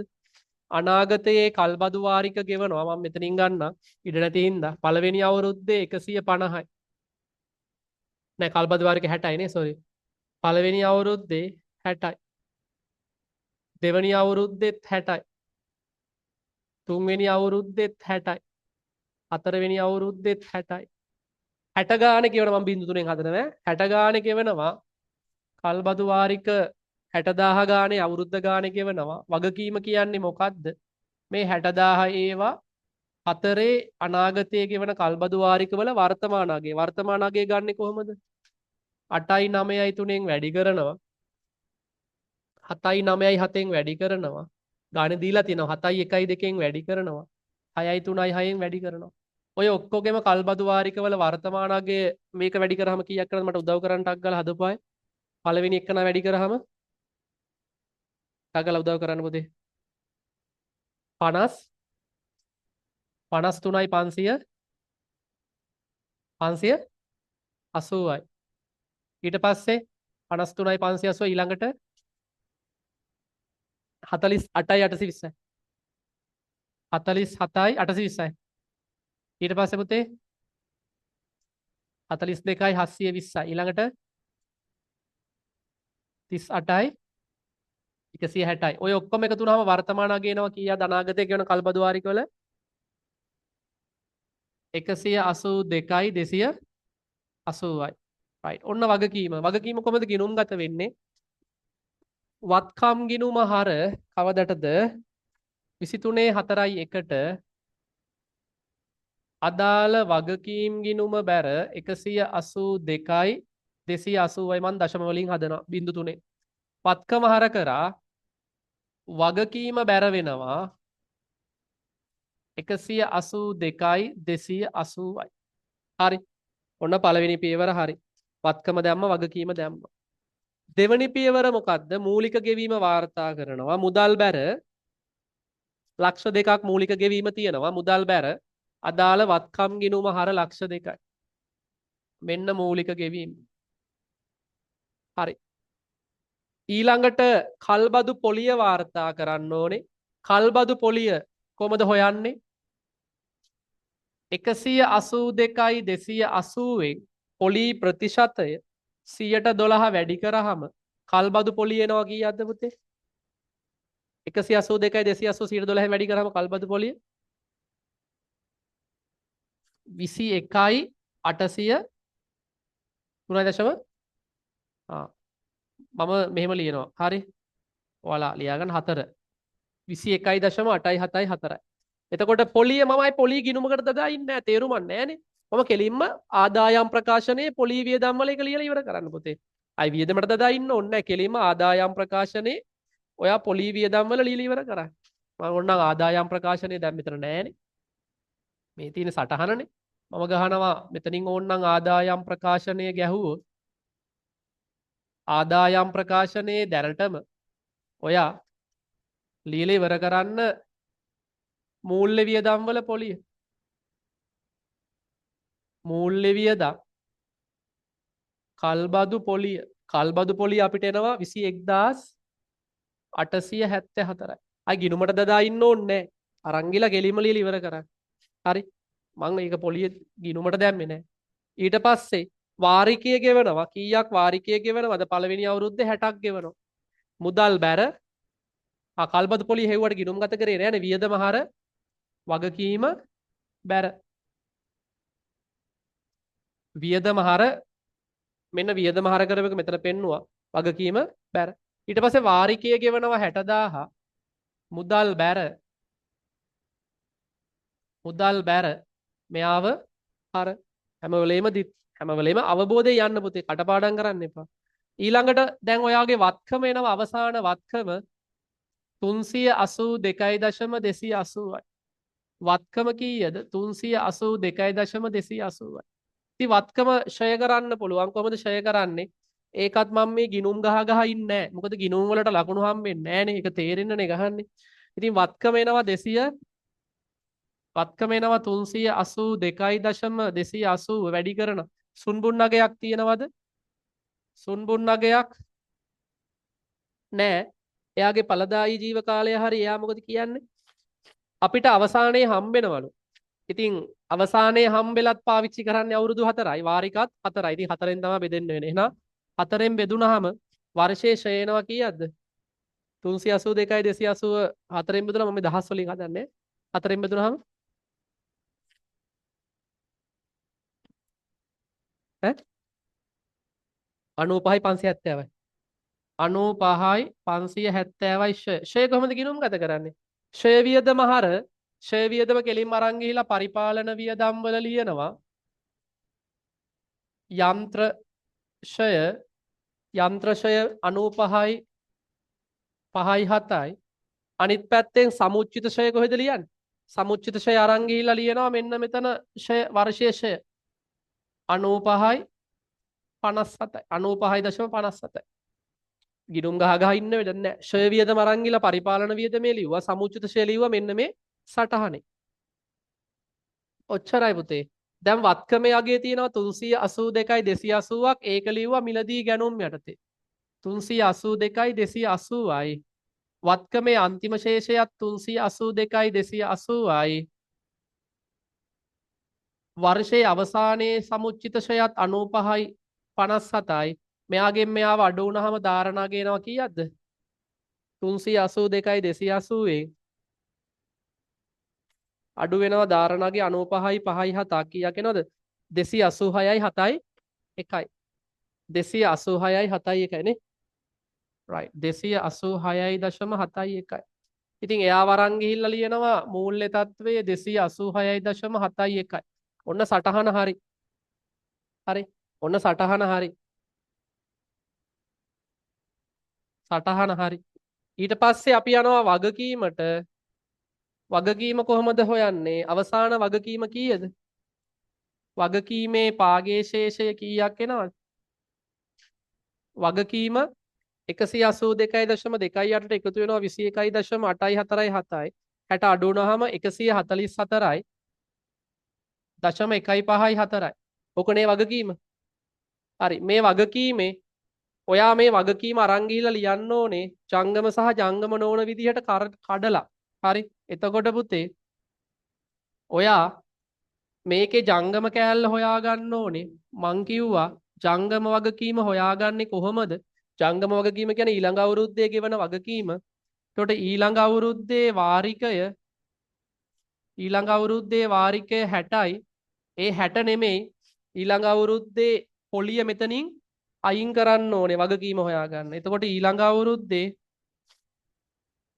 පොලිය කොහොමද හොයන්නේ? ඊළඟ අවුරුද්ද පටන් ගද්දින් ගෙවන්න තියෙනවා වගකීම මේ ගාන. ඕකෙන් 100ට කීයක්ද පොලිය? 112යි. එහෙනම් ඊළඟ අවුරුද්දේ පොලිය එනවා මේකෙන් 112 17.298යි. මොකද අපි රවුම් කරලා යන්නේ ඉඳ ඒක 0.3ට රවුම් කරලා යන්නේ වට යන්නත් එපා. හරි මේ ගානට වටය ගන්න. ඊට පස්සේ එනවා අවසාන ශේෂය 60 අඩු කිරීම 17.298යි. ඒතර අන්තිම වගකීමසේ අපි ඊළඟ අවුරුද්දේ ගෙවන්නේ 42.702යි. ඉතින් ඔන්න ජංගම කෑල්ල ජංගම වගකීම මොකක්ද? 42.702යි. ජංගම නොවන කොහොමද හොයන්නේ? මුළු වගකීමෙන් අඩු කරනවා ජංගම වගකීම. ඉතින් මුළු වගකීම දන්නවා අපි 144.154යි. මුළු වගකීම ජංගම වගකීම එනවා 42යි 7.2යි. අඩු වුණාට පස්සේ ජංගම නොවන වගකීම එනවා කීයද? 140 කීයද එන්නේ? 101යි 452යි. ඉතින් ජංගම නොවන 101යි 452යි. කොච්චරයි ගාන? හරි. තේරෙන්නේ නැත්නම් අහන්න පුළුවන්. right? හරි. ඉතින් ඔන්න කල්බදු ඔක්කොම ඉවරයි. ඔය විදිහට තමයි වැඩේ වෙන්නේ. දැන් පුළුවන් අපිට පාස් පේපර්ස් වල ඇවිල්ලා තියෙන විදිහ බලන්න යන්න කල්බදු ගැලපෙන්න කොහොමද කියලා. ඉතින් එතකොට ඒ ටික කරාම පුතේ දැන් කොච්චර පාඩම් මම කරත් වැඩක් නැහැ පාස් පේපර්ස් කරන්න බැරි නම්. ඉතින් ගිහිල්ලා බලන්න කොහොමද එන්නේ කියලා. එතකොට ඉවරයි මේක. හරි.